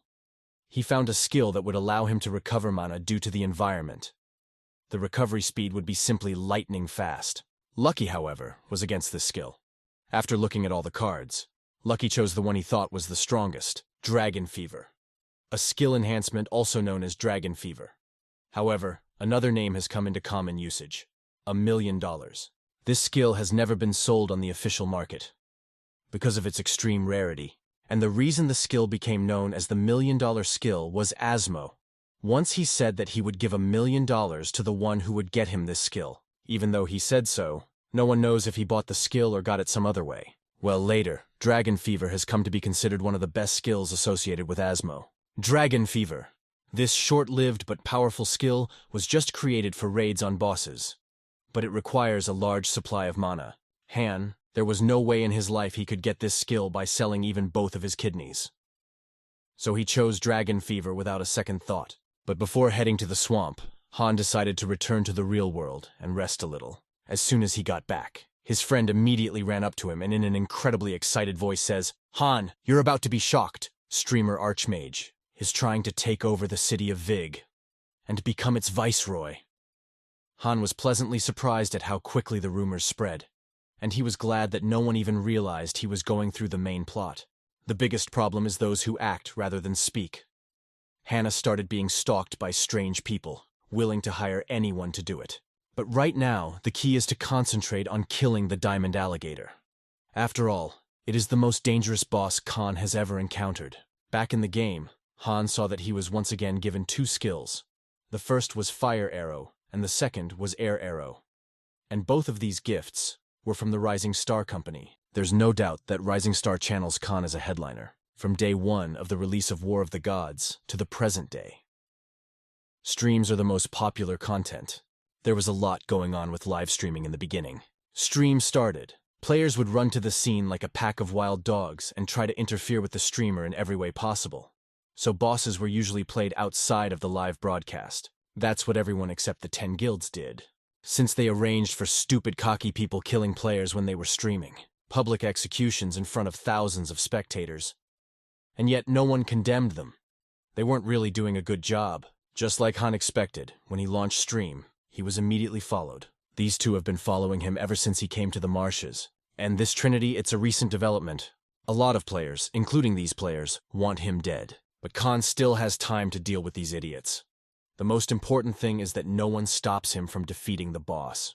All War of the Gods video content can only be posted through WarsTube. It doesn't bother most players in any way, but not because they love the game. The main reason is that it's easy and convenient to broadcast on the tube. War of the Gods and WarsTube works closely together since the game's release, so it's a couple clicks to start streaming the game. Along with the stream, Khan got access to the entire Rising Star channel and the stream's chat room, when suddenly, a certain player under the nickname Watton wrote, "Archmage, I'll take care of everything. Concentrate on the game." Whatever that means, it sounded pretty positive. Considering that he had a moderator badge next to his nickname, it was probably technical support from the Rising Star channel, with all the technicalities sorted out. It's time to finally start streaming. Let's see how many people come to this stream. Considering Han's already got a video with 1 million views and some popularity, it's probably 1,000 viewers. As soon as the countdown timer showed 4 zeros and stream started. Khan was hit with a barrage of thousands of messages. In literally 30 seconds of the stream, Khan gained 1,000 viewers. He did not expect such an overwhelming popularity around his person. After calming down, Han said, "Hello, everyone. Today I'm going to raid the Diamond Alligator Swamp Boss. The Team in 4's record was 10.5 minutes. I'm going to try to break that record." The audience was very skeptical of the statement. After all, they knew that he would be hindered by snipers. But that's not what this is about. The Diamond Alligator is here, a boss with a body quarter of over 10 meters. In keeping with its name, it bears gemstones. They're also known as traffic lights. The gems are named so because the boss's movement pattern changes according to their color. Yellow, the safest. If you deprive the boss of 30% of his life, he'll go into phase 2. After that, the color to me will change every minute. When the stones turn black, the heaviest phase with the swamp dive skill will activate. If the boss dives into the swamp, you can do absolutely no damage to him. And the worst part is that he will regenerate his health points. When the color changes to me, Han's going to do a tremendous amount of damage. His main strategy is to skip the dive phase, when suddenly, all the crystals on the boss's back turned red. That means the alligator is going to attack. Well, this will make it more interesting for the audience to watch this fight. Suddenly, Han shouted, "Well, you lizard is a failure. Let's see how you handle this one. Dragon Fever." But Dragon Fever wasn't all Han had in store for the audience. He took out a bow in the Wigi. Thanks to it, the fire arrow skill is enhanced several times over. Though Diamond Crocodile, and a strong monster, with a lot of health. But its speed and size are its weaknesses, thanks to which the Khan had no trouble firing 3 fiery arrows straight into his back. After the fire arrow, Han fired an ice arrow, an air arrow, a light arrow, a fireball, and even a flaming spear at the boss. Practically his entire arsenal. The audience were truly bewildered. After the Dragon Fever, the player should have had very little mana left. It was strange to waste it so stupidly. Our hero realized it was strange. It would be better to conserve mana and spend it only when phases change. But his enemy isn't just the Diamond Alligator now. I got to admit, stream snipers got real panicky when they saw what was going on. At this rate, they won't have time to kill him. When suddenly one of the snipers said, "Freeze!" You don't think he's wasting energy so carelessly, because he's already infiltrated us with his bodyguards? "This rich man has plenty of opportunity," added the sniper. When suddenly the diamonds on the alligator's back turned black. After that, the snipers only have a minute left to kill Khan. They decided to wait until halfway through phase 2. Then they would attack together. After all, if they attack too early, they might run into the bodyguards. While Golem took the bulk of the crocodile's damage, Gold and Lucky acted as the main damage dealers, while Han restored mana. Many viewers questioned whether such a boss walkthrough could be considered solo, but Gold and Golem were normal skills, and Lucky, the divine beast that the game rules stipulated. So technically, Han is really fighting this boss alone. After accumulating some mana, Han launched another fire arrow for the boss to enter his 3rd phase. And the plan to contain the stream snipers has worked perfectly so far, even though they hadn't shown themselves until now. Han knew they were just waiting for the right moment to attack. It's clear that they'll attack when all his skills are in cooldown and his mana is maxed out. But still, Khan hasn't forgotten he's still streaming, and tried to introduce conversations with the viewers. When suddenly our hero said, "Well, I think I can do it in 7 minutes. Although if I finish the battle so quickly, I'll be too heartless. Well, I'll slow down a bit," added the Khan and fired an ice arrow. Although Golem is a very weak character, but the way he distracts the crocodile is very useful. But instead of killing a diamondback alligator in a realistic 7 minutes, Han decided to take 10 minutes. But even if he does it in 10 minutes, he'll still break the record. In fact, Han deliberately delays battles. We'll find out why later. Suddenly Han said, "What do you think? If I set such an unattainable record, you're all just not going to be interested in playing, are you? I guess there's only one person in this game who spends more money than me. And it's Asmo," Han added, and fired as many as 3 arrows of lightning straight at the alligator. Not 10 seconds later, Asmo donated a whole $1,000 to Khan. Asmo reacted much faster than Han expected. But that's even better. Specifically for Asmo, Han decided to change the angle a little bit. You could say he walked right up to the alligator, which completely shattered all stereotypes about mages. I mean, they're usually the support guys. But Han, the ultimate damage dealer, the diamond alligator's stones have started to change color faster, which means he's entered Phase 3. Meanwhile, the golem's strength was running out, and it began to die. After entering the third phase, the diamond alligator tripled in size, so even the strongest golem would hardly be able to resist it, having lost one of his men. The Khan still had an unwavering smile on his face, although he was the closest to failure right now. After all, his mana reserve was below 20%. From the outside, it may look like Han is going to lose this battle, but everything is going exactly according to his plan. From the beginning, he was going to keep the stream snipers at bay. He just needs to maintain a situation where they can't attack. It would seem that the tank is dead, and now is the perfect time to attack. But Han was standing too close to the alligator, which was also a big risk for the killers. Now, there was absolutely no obstacle between Khan and the boss. The alligator is able to kill Khan with a single flick of its tail, when suddenly, out of a thick thicket, there was a wild roar, reminiscent of a pack of bloodthirsty wolves. But it was Lucky, who activated the skill to risk his life. Risking your life is a skill available only to divine beasts, which is able to remove the Agramoba. With this skill, Lucky completely turned the boss's attention to himself. But no matter how strong Lucky is, with his current stats, he wouldn't be able to win alone. But the Khan will not allow his loyal friend to fight such a monster alone. It's time to use the remaining mana reserves to activate Dragon Fever, when suddenly Han shouted, "It's time to end this!" Fire arrow, air arrow, setting the spear on fire. Lightning. Even after a barrage of high-ranking attacks, the crocodile was still alive. Meanwhile, the boss is closing in on Laka. If Khan doesn't kill him with his next attack, he'll lose Lucky. Khan had just enough mana to create one fire arrow. The diamonds on the boss's back faded and cracked, which meant only one thing: that Han had defeated this boss single-handedly, breaking the world record. By winning, Khan was able to earn a new title and raise his level.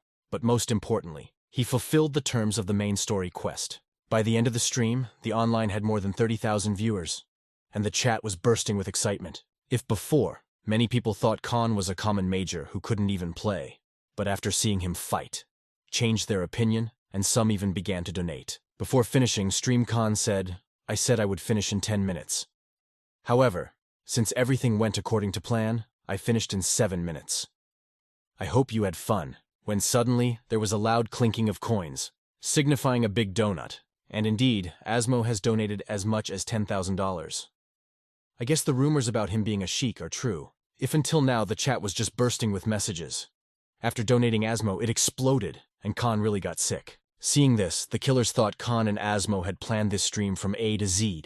Khan's plan to contain the stream snipers was more effective than he could have imagined, because now they think Asmo's a close friend. Streaming Sniper has nothing else to do but just run away with their tails tucked. Like everything in this world, it comes to an end sooner or later, like this one today.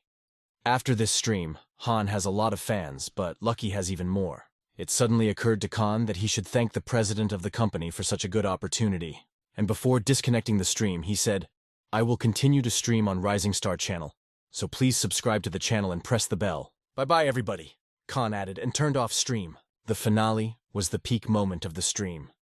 At the end of the stream came as many as 45,000 viewers. After hearing that Han wanted to work with their company, Puck was over the moon. Han and Rising Star would both benefit from this partnership, both financially and media-wise. But Puck wasn't going to stop there.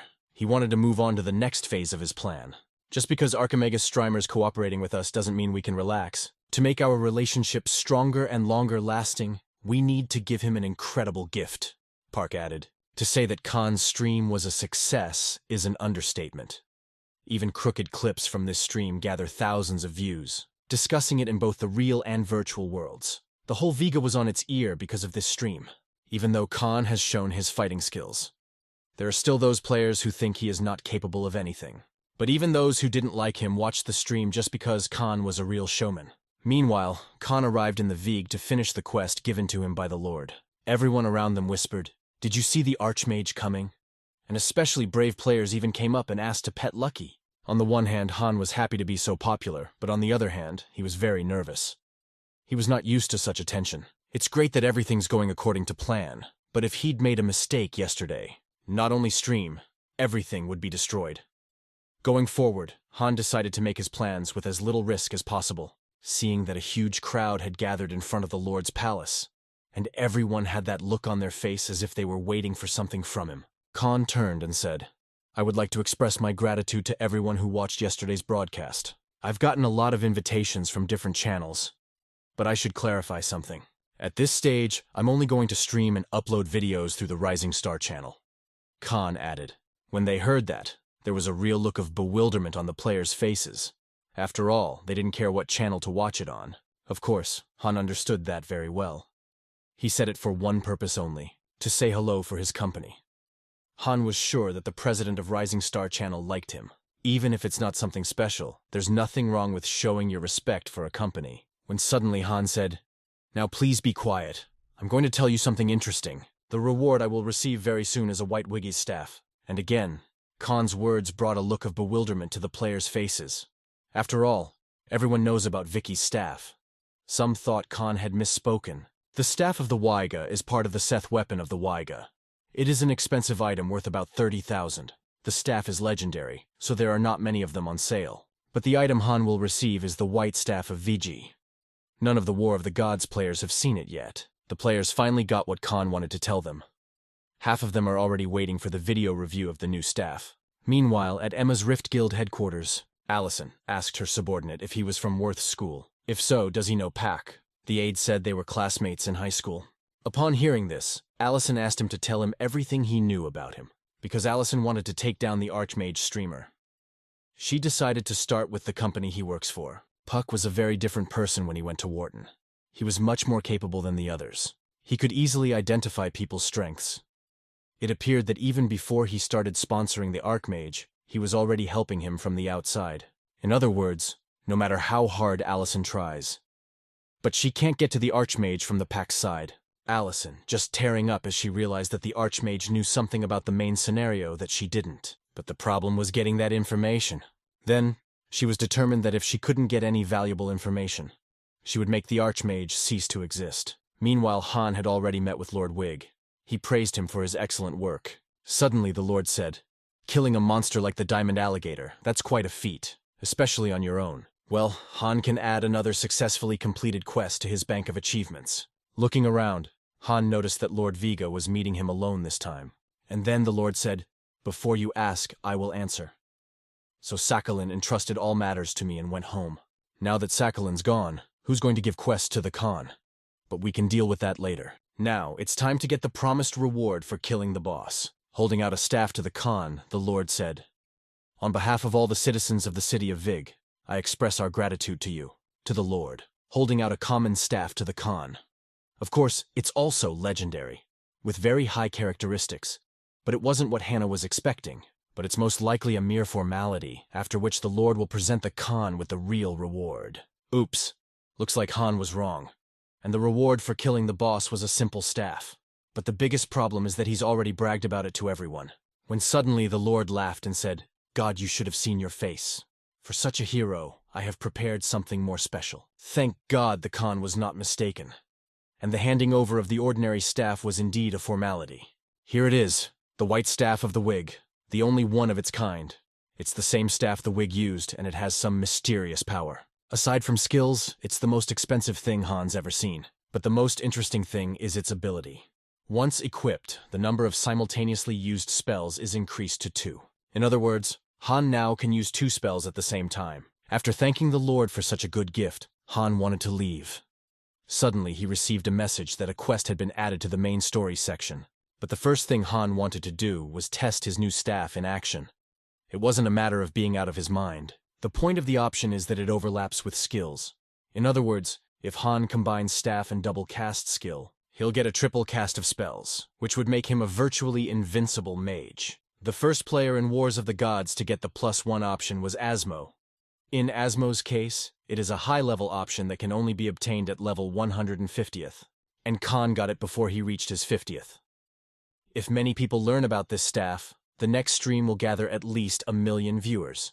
As suddenly an exclamation mark appeared over Lucky. And over Hunger too. That means they both got the quest. A forest of giants, a place overgrown with dense giant trees. The most difficult location to hunt near the town in Viji. If they successfully complete the quest, they will get to the next location. So this place is called the Graduation Forest. Once they finish here, they will be forced to say goodbye to the Whig city forever. Next stop is the Kingdom of Tunga. You can only get there by using distortion magic, but you can also use the same magic to get back. In Wars of the Gods, there is a balanced system in place that prevents high-level players from messing up low-level locations, so you should be at all weapons when leaving the Vega. Suddenly, Han stopped and said, "Lucky gold, we might get a visit from high-level players, since we're using distortion magic to enter the Tunga Kingdom. Thank God your quests came before we used that magic. But what the hell, you have to kill as many as 5,000 monsters above your level, tell me," Han added. Tagar, the boss of the forest giant. A medium-sized monster, approximately 5 meters tall. It is usually in a state where it is indistinguishable from ordinary wood, in what is known as camouflage condition. In this forest, these are the only monsters that fit the conditions of the Lackey and Hunger quests. But first, Hannah decided to focus on completing the Lord's quest. Compared to the previous quests, it seemed quite simple. After all Hannah had to do was to find Tamara west of the Wiggy city. But accordingly, the reward wasn't as weighty. This time it's all just a rare skill book. Khan is a cheater if he can see hidden information. Unlike other players, he knows immediately where Tagar is under the camouflage. As suddenly, behind one of 1,000 trees, Han notices an NPC of the main quest. He turned out to be an elf archer named Tamaru. Judging by his equipment, he was one of the 7 legendary elven archers, when suddenly Tamaru said, "You're Midas. I've heard about you. Mr. Vega said you were incredibly talented. I have something for you. This book was given to me by Mr. Vega, and now I'm giving it to you," added Tamaru. It really was an extremely easy quest, but then Han didn't know that was only the first part of it. Next, he'd have to follow the elf. Following Tamaru's lead, Han took the title of the one who set foot on the path of the elves. This title is awarded to one who has traveled a path visible and accessible only to an elf. And as a reward for this title, Khan has raised his IQ. Tamaru was very quiet. To kill time, Han asked him what he knew about the Tagars. The elves didn't think of the Tagaras as monsters. They saw them as victims of evil charms. Legend has it that over 1,000 years ago, a strange and unknown force came to this land. It turned ordinary trees into monsters. And in recent days, mutated versions had appeared among the Tagars, which worried Tamara greatly. If before, one tree was one monster, now a single tree could be divided into several parts, and Tamaru had never seen anything like it before. But fortunately, such monsters are only found in a few areas of this forest. So that's what the Wildwood quest is about. A strange unknown power must be connected to the power of a nameless god. Tamar told me that with his own eyes he had seen one Tagar split into more than 10 parts. And the more they split, the smaller his parts become. After hearing this, Han realized that completing this quest would be a challenge. In other words, Khan needs to clear the area of mutated Tagars before there are too many of them and they get out of the forest. Tamara said that his men had isolated some parts of the forest where mutants had begun to appear. The most interesting thing is that they counted more than 500 mutant trees. And if you consider that each of these mutants divided into 10 parts, then in total, Khan needs to kill 5,000 monsters. Meanwhile, at Rising Star headquarters, Puck learns that Emma's Abyss Guild is digging up information about the streamer Archmage, when all of a sudden, Puck got a call from someone named Jackie. Jackie was an old friend of Puck's, since high school. It took Puck 5 seconds to realize why Jackie was calling him. You know, Allison's mysterious assistant, Jackie, is him. And he was very interested in the Archmage streamer, when suddenly Puck said, "Jackie, tell Allison." That compared to the rest of the players, the Archmage is on a whole other level. He's not even in one of the top guilds, but he's already carrying the burden of urban celebrity. That's all I can tell you. See you later. Puck added, for a guild as large as Abyss Emma, not to contact the Archmage personally, but to try to reach him through Rising Star Company, in a very strange way. Puck realized one thing, though, that they were the only company that communicated with the Archmage personally. This conversation made Puck think that the Archmage absolutely does not plan to cooperate with the guilds of the top 10. So he can't sit still, letting a fish this big slip off the hook. And 2, retain the Khan. Puck decided to split the profits, 9-1 in favor of the streamer Archmage. As suddenly, Khan received 2 letters from Rising Star. The first was about getting 3 new skills, Ice Ball, Ice Arrow, and Ball Lightning. To be honest, he doesn't need these skills at all, because compared to what he already has, it's a trifle. But the second letter made him very happy. After all, now Khan will receive 90% of all the money for his videos and streams. Han, thought they sent this letter to encourage him to display the white staff of the wig in public. And if that's the case, he has no other choice, other than how to start streaming. The white staff in Vigi has never appeared in Wars of the Gods yet, and now Han is using it to hunt monsters that have also never appeared. And it's all live. Just like the first time, as soon as the stream was turned on, hundreds of comments were immediately flooding in. I must admit, after yesterday's stream, Lucky became the most famous divine beast of all time. Showing the audience a white staff in Wigi, Han said, "Hello everyone. This is Archmage Streamer, Lucky in Gold with you. I have come to keep my promise, and to show the audience all the abilities of the new staff." Han decided to attack a special monster. At first, viewers were very skeptical. They thought that Han would be fighting ordinary Tgars. But just a few seconds later, the monster began to separate. No one expected such a turn of events. Well, it's time to deal with these monsters quickly. And as a sign of respect to Rising Stars, Han decided to use two skills that they gave him, namely Ball Lightning and Ice Ball. And on top of that, Han created a Fireball, doing 3 spells at the same time. This is the main power of Vigi's white staff. When suddenly Han said, "Well, since I've already revealed all the cards of the new weapon, I think it's time to call it a day. You're not interested anyway." Of course, it was a perfectly ordinary donation bite, and yet it worked perfectly, while the donations came in one by one. Han had no trouble killing the monsters. Since they were completely wooden, the Fireball handled those. In this battle, Lucky's primary objective was to locate those mutated Tgars, which he did more than well. To make it more interesting for the viewers to watch the stream, Khan used different spells, not just the Fireball, and meanwhile the donations kept coming in more and more. After slaying about 100 monsters, Han decided to end the stream. It's obvious that killing a lot of mobs would get boring quickly. And to create more intrigue, at the end, Han said, "Very soon, I will make you cry." And right after he said those words, the stream cut off. You got to admit, Khan knows how to put on a show. Puck, I was thrilled to have a stream like that. It may have been short, but it was very productive. Streamer's Archmage is a treasure to his company. After all, makes exclusive content for them.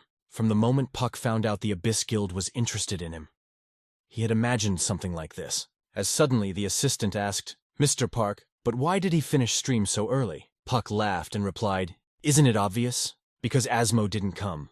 It's not hard to guess that there was no point in continuing since Asmo wasn't watching. So to speak, there was no one to add fuel to the fire. From now on, Puck and the Archmage will share joys and sorrows throughout the year. And in the meantime, Lucky, Gold, and Khan continue to kill the Tgars. After all, the quest will not fulfill itself. And in order to make new videos and streams, we need content that can be obtained by going through the main quests of the game. During the fight, Han was constantly thinking about what he had done. After all, he had appeared out of nowhere and immediately became the main topic of discussion. Even the top guilds had to tense up. But be that as it may, Han didn't regret for a second that he had intentionally become the object of other people's conversations. When all of a sudden Gold started screaming, and his whole body went up in flames. At first, Han thought he'd been sniped for stream. But a moment later, he received a notification that the Keeper's loyalty had been raised to the 7th rank. And if loyalty has been upgraded, then a new skill is available to the goal. But now's not the best time to deal with this. You have to finish the quest first. As Khan had predicted, killing these monsters is quite easy. The biggest problem is the sheer number of them. Wow. Lucky also met the conditions for evolution. Now he's even bigger. And the tip of his tail is now blue. And with that, Han raised his level to 50. When suddenly, Han received a notice saying that the Dragon of War was giving him a new opportunity. Namely, a book of legendary skills. Khan will have to choose 3 skill cards at once. 1 for Gold, 1 for Lucky, and 1 for himself. And he decided to start with Gold.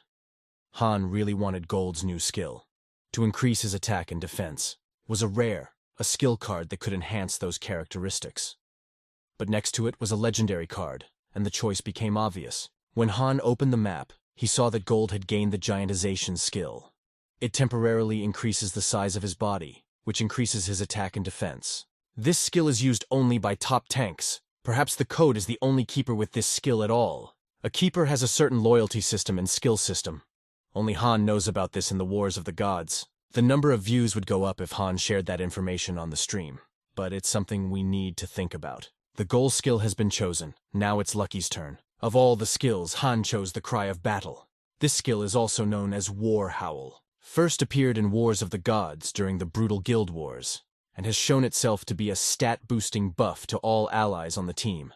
Rappo, the master of the legendary Smarty Beast and a member of the Immortal Guild, was the first to show the skill warrior Howl. He did it in the middle of a massive battle with another guild.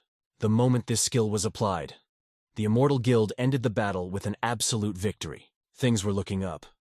Khan was already anticipating another legendary card for himself, but the dragon bestowed upon Hannah were the most ordinary cards, not even a single legendary card among them. There was one unique skill card, though. It turned out to be a passive skill card called Fire Step, and the circle that used this skill sets fire to everything it steps on. Han strongly doubted whether he should take this skill or not. Well, if you think about it, that's a pretty good skill. Because if Han gets ambushed by a monster or a sniper stream, it's the attacker who gets hurt, not him. But there is one significant disadvantage. It consumes too much mana. It turns out that the skill burns mana rather than land. In his current position, Khan can't use it, since he is still regenerating his mana with potions. For starters, Khan needs to gain the mana recovery skill before using Fire Step. When suddenly, from behind a tree, Tamaru appeared. He's probably here because the quest is over. Walking up to the Khan, the elf said, "Awesome. Who would have thought you could handle all the mutants?" "Vika was right. You have a combination of first-class skill and modesty," added Tamaru. As a reward for completing the quest, Khan received a unique skill map. Our hero couldn't wait to discover it. Of course, he chooses the cards consciously, not at random like the others, since he can see their contents. But even in his case, the card dropped from the random book. As expected, there were only unique skill cards in the book. But just because they're not legendary doesn't mean they're bad. Of all the cards, only one caught her attention. Was the Mana Recovery Field skill. It works the same way as the Ballista skill when the Khan is not moving. This skill is activated. Han was over the moon. After all, now he no longer had to worry about mana. He could attack just by standing still. While Han fought the monsters, Tamaru had a chance to get a better look at the place. When suddenly, Tamaru said, "I am greatly disturbed by the Wiltgar. He too seems to have changed under the influence of an unknown force. The Wiltgar is a staggeringly huge tree, even by the standards of a forest of giants. A symbolic tree towering above the forest at its very center." When Han heard that, he only prayed for one thing: that Tamaru would not be asked to kill him. But that's exactly what Tamara asked Khan to do. This was a new quest in the main story. Of course, Han knew that every next boss would be more difficult. But with his current level 50, dealing with Wiltgar was simply impossible. Although, the game recommends level 70 to fight this boss, so it's worth a try. And as a reward for completing this quest, Han will receive a legendary skill card. Most importantly, he will be able to change the dragon egg that Lord Waga entrusted to him. To defeat a monster the size of a Wiltgar, you need an entire team of at least 10 people. And not just 10 people, but 10 professional players. It takes entire guilds to kill such a monster. It's clear by now that this battle will be on a whole different level from any Han has had before, because he'd have to use skills with a strength comparable to 10. Thank goodness the mana problem was solved by the new skill. But as it is, Han still needs mana recovery potions and the money to buy them. Han's been spending too much money lately. Training budgets are not enough, and taking out a loan to buy an item in-game is kind of weird. So the only true choice was to upgrade, when suddenly, Han got a message from the bank. The Rising Star channel had deposited almost $26,000 into his account. Han, with everything, forgot it was payday. I have to admit, he's been having a hell of a time lately. For starters, Han decided to send a letter of thanks to Mr. Park. After all, if it wasn't for him, none of this would have happened. But no matter how hard Han tried, he couldn't find the right words of thanks, and ended up just writing, "Thank you." When suddenly, at a mad speed, a girl rushed past the Khan. He did not understand why, but she seemed suspicious to Khan. This girl was Lee Sal. She is always at home because of her sociophobia, and all she does is play computer games. Like most gamers in the world, she played War of the Gods, and I'd say she excelled at it. On the other side of the screen, she is the known and revered muse of the Abyss Guild. That's right, she was a member of the same guild that announced the hunt for Khan. In the real world, the guild was run by Allison.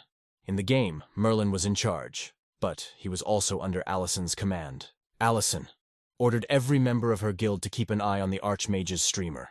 Allison thought he was an incredibly dangerous player. After all, in her opinion, he jeopardized the existence of the guild. Lee Sel didn't know much about the Archmage, but if even Allison had mentioned him, he was dangerous. Meanwhile, at the Rising Star channel headquarters, Puck has convened a conference to discuss the results of the past week. Since they signed with Khan, their numbers have tripled. Upon learning of this, as said, I think we should celebrate such good news. But, their plans were abruptly changed by a letter that Han sent them. The next morning, the video of Han's quest was already uploaded. Although the video was originally scheduled to be released a week later, Han didn't understand why they were working overtime. And then he thought there could only be one reason. They want new content right now. If Han decides to raid the boss now, he'll have to spend about $10,000 on recovery potions alone. The Asmo comment added even more fuel to the fire. Han has no other choice but to go and kill this monster right now, on live TV. Upon entering the game, the boss fight started immediately, without any foreplay. Fortunately, the spawn point was 500 meters away from Wiltgar. One of the features of all RPGs is the huge bosses. On a pass character, it took Hannah to reach about level 180 to destroy the first large mob, but Han had never encountered a monster like Wiltgar before. In addition to its enormous size, it also possessed a colossal amount of life. In any case, a monster that big must have a small movement speed, like any boss. He has 3 phases. The first phase was called natural regeneration, the second phase was called pruning, and the third phase was the most interesting, called self-destruction. Since all preparations for the battle were over, it was time to start the stream. Hello everyone, I'm Archmage Streamer. Today I'm going to destroy the new boss, Wilgar. Enjoy the show. The whole chat room was asking one question. Who is this Wilgar? And to keep the story short, Han decided to just show the audience who he's going to fight tonight. Viewers were sure Han would lose this battle. After all, no matter how strong he is, it's fantastic to beat such a boss alone. Han Yi himself realized he had little chance of winning. But after making a certain supply of potions, he decided to give it a try, by drinking all your potions at once, and activating the regenerative field. Hannah decided to attack the boss from afar. The first and most obvious spell against the Wilgar was the fireball, because no matter how you look at it, this boss is made entirely of wood. But the Khan did not limit himself to a single fireball. He fired an ice ball and a ball of lightning at the monster. But all those attacks did absolutely no damage. So, activating his ballista skill, Han fired a fire spear and an ice arrow. While attacking the monster, Han noticed one peculiarity. The closer the monster got, the more damage it dealt. Despite the mana regenerating field, Khan's reserves were quickly depleted. It was for just such an occasion that our hero bought a potion of mountain grass. One vial of this potion costs over $6,000. But in his case, it was a necessity. While Han was restoring his mana reserves, monster had already come within 50 meters of him, and at the most dangerous moment, on a hill nearby, Lucky howled, expressing his willingness to fight to the death. We already know about this ability, so it's easy enough to predict the monster's actions under its influence, when suddenly Waltgar went into Phase 2 on his own, and activated the pruning ability. During Phase 2, the Valthgar detached small branches from themselves to create Tigars. There was one small problem. Lucky was on the other side of the forest and couldn't help Khan, but in a fight against regular Tigars, Gold will be an even better helper than Lax. The whole time, Han was holding Gold back, thereby making him more ferocious. And now he's given him free rein. The only thing Gold wanted to do now was kill and destroy everything around him. After Gold activated the Gigantism skill, Asmo came into chat and wrote, "What? Guardians can use skills too?" Han saw the message, but he pretended not to notice it. While Gold dealt with the Weavers and the Veldkar was distracted by Lucky's howling, Han attacked the boss with everything he had. From a fireball to a lightning ball, after a long series of uninterrupted attacks, Han left the monster with about 15% health. After seeing the player single-handedly tackle such a huge monster, Asmo donated $10,000 to cheer him up. You could say that Asmo has become Khan's unofficial sponsor. He promised to donate more if it was fun. Khan couldn't pass up such a perfect opportunity to make even more money, so called Lucky over to his place. Don't forget that Waltgar is still a growing Lucky. Up close, Waltgar was even bigger. The monster just needs to step on our heroes to kill them. But Han wasn't going to give up so easily. Taking an axe from his inventory, he said, "Well, have you all had time to prepare firewood for the winter? If not, I'll help you." The chat room was bursting with messages. The audience couldn't believe that a mage would go after such a monster with an axe in his hands. That's what a real showman is. Suddenly something strange started to happen. After the Alpacar's entire body began to glow with a bright purple light, it exploded. It must have gone into Phase 3 of self-destruction. The explosion was so powerful that all the trees in a radius of half a kilometer fell. The entire chat room asking only one question: is Archmage Streamer dead? But thanks to Gold and his giantism skill, Han was unharmed. Surprisingly, he didn't have a single scratch on him. Han pretended to be very surprised by this. But you and I know this was planned from the beginning. Pretending to kill the boss with a regular axe, Han wanted to get as many hits as possible, to boost his stats. Since the boss is dead, the quest is over. Suddenly, Khan receives a game notification that a new item has been added to his inventory. But before seeing what items he had gotten, Han decided to finish the stream. Han was speechless when he saw the number of viewers at the stream.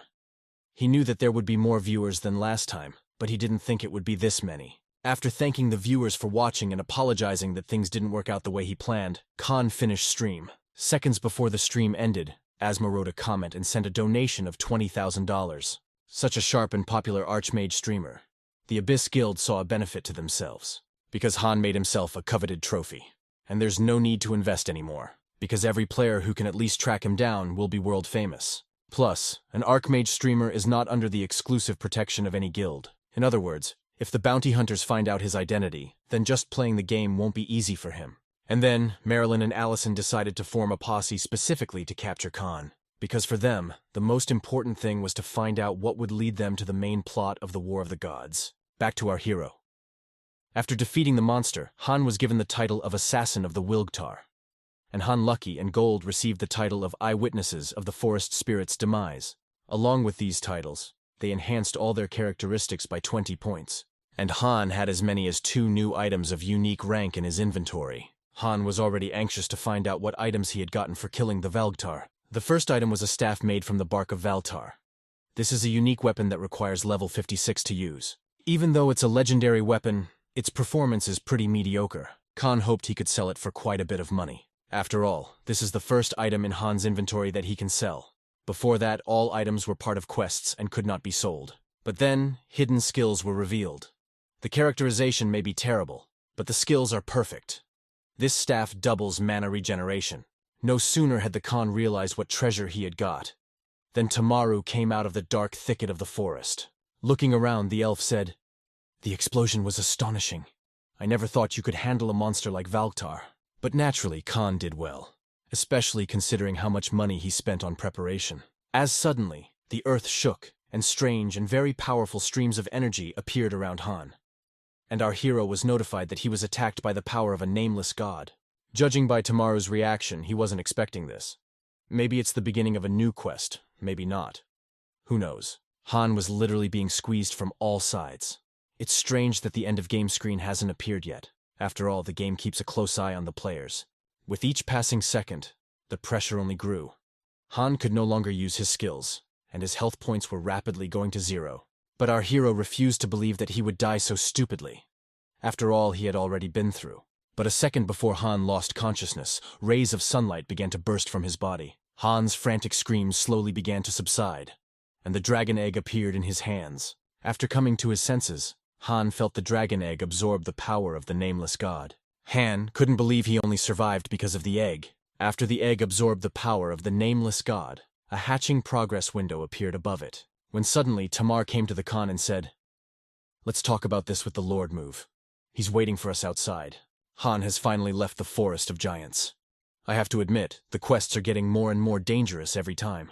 As soon as Lord Weeg saw Hannah, he asked, "What happened to you?" By the look on your face, something terrible had happened. Without the slightest hesitation, Han told everything from beginning to end. After listening to Han, the Lord sighed heavily and said, "Interesting.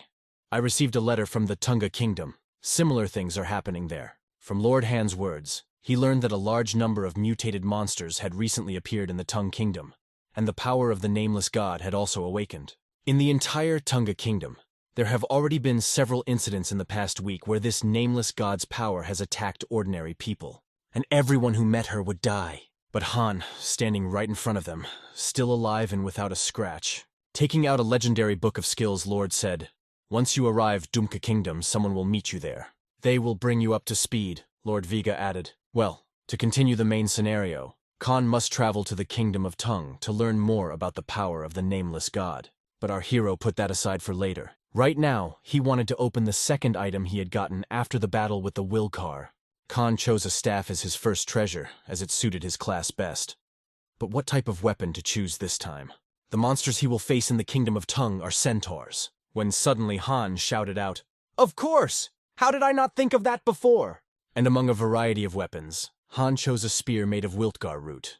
Having chosen a new weapon, Han began to think over the next plan of action. First, he decided to advertise the new weapons, then hold a stream about them, and then auction them off, to sell them to the highest bidder. Having made plans for the near future, Han decided to open the book of legendary skills he had received for completing the quest. It's weird that from the legendary skill book appeared not only legendary skill cards, but among the common and rare cards, there was one legendary card, namely Dragon Mana. Now, the mana shortage problem was completely solved.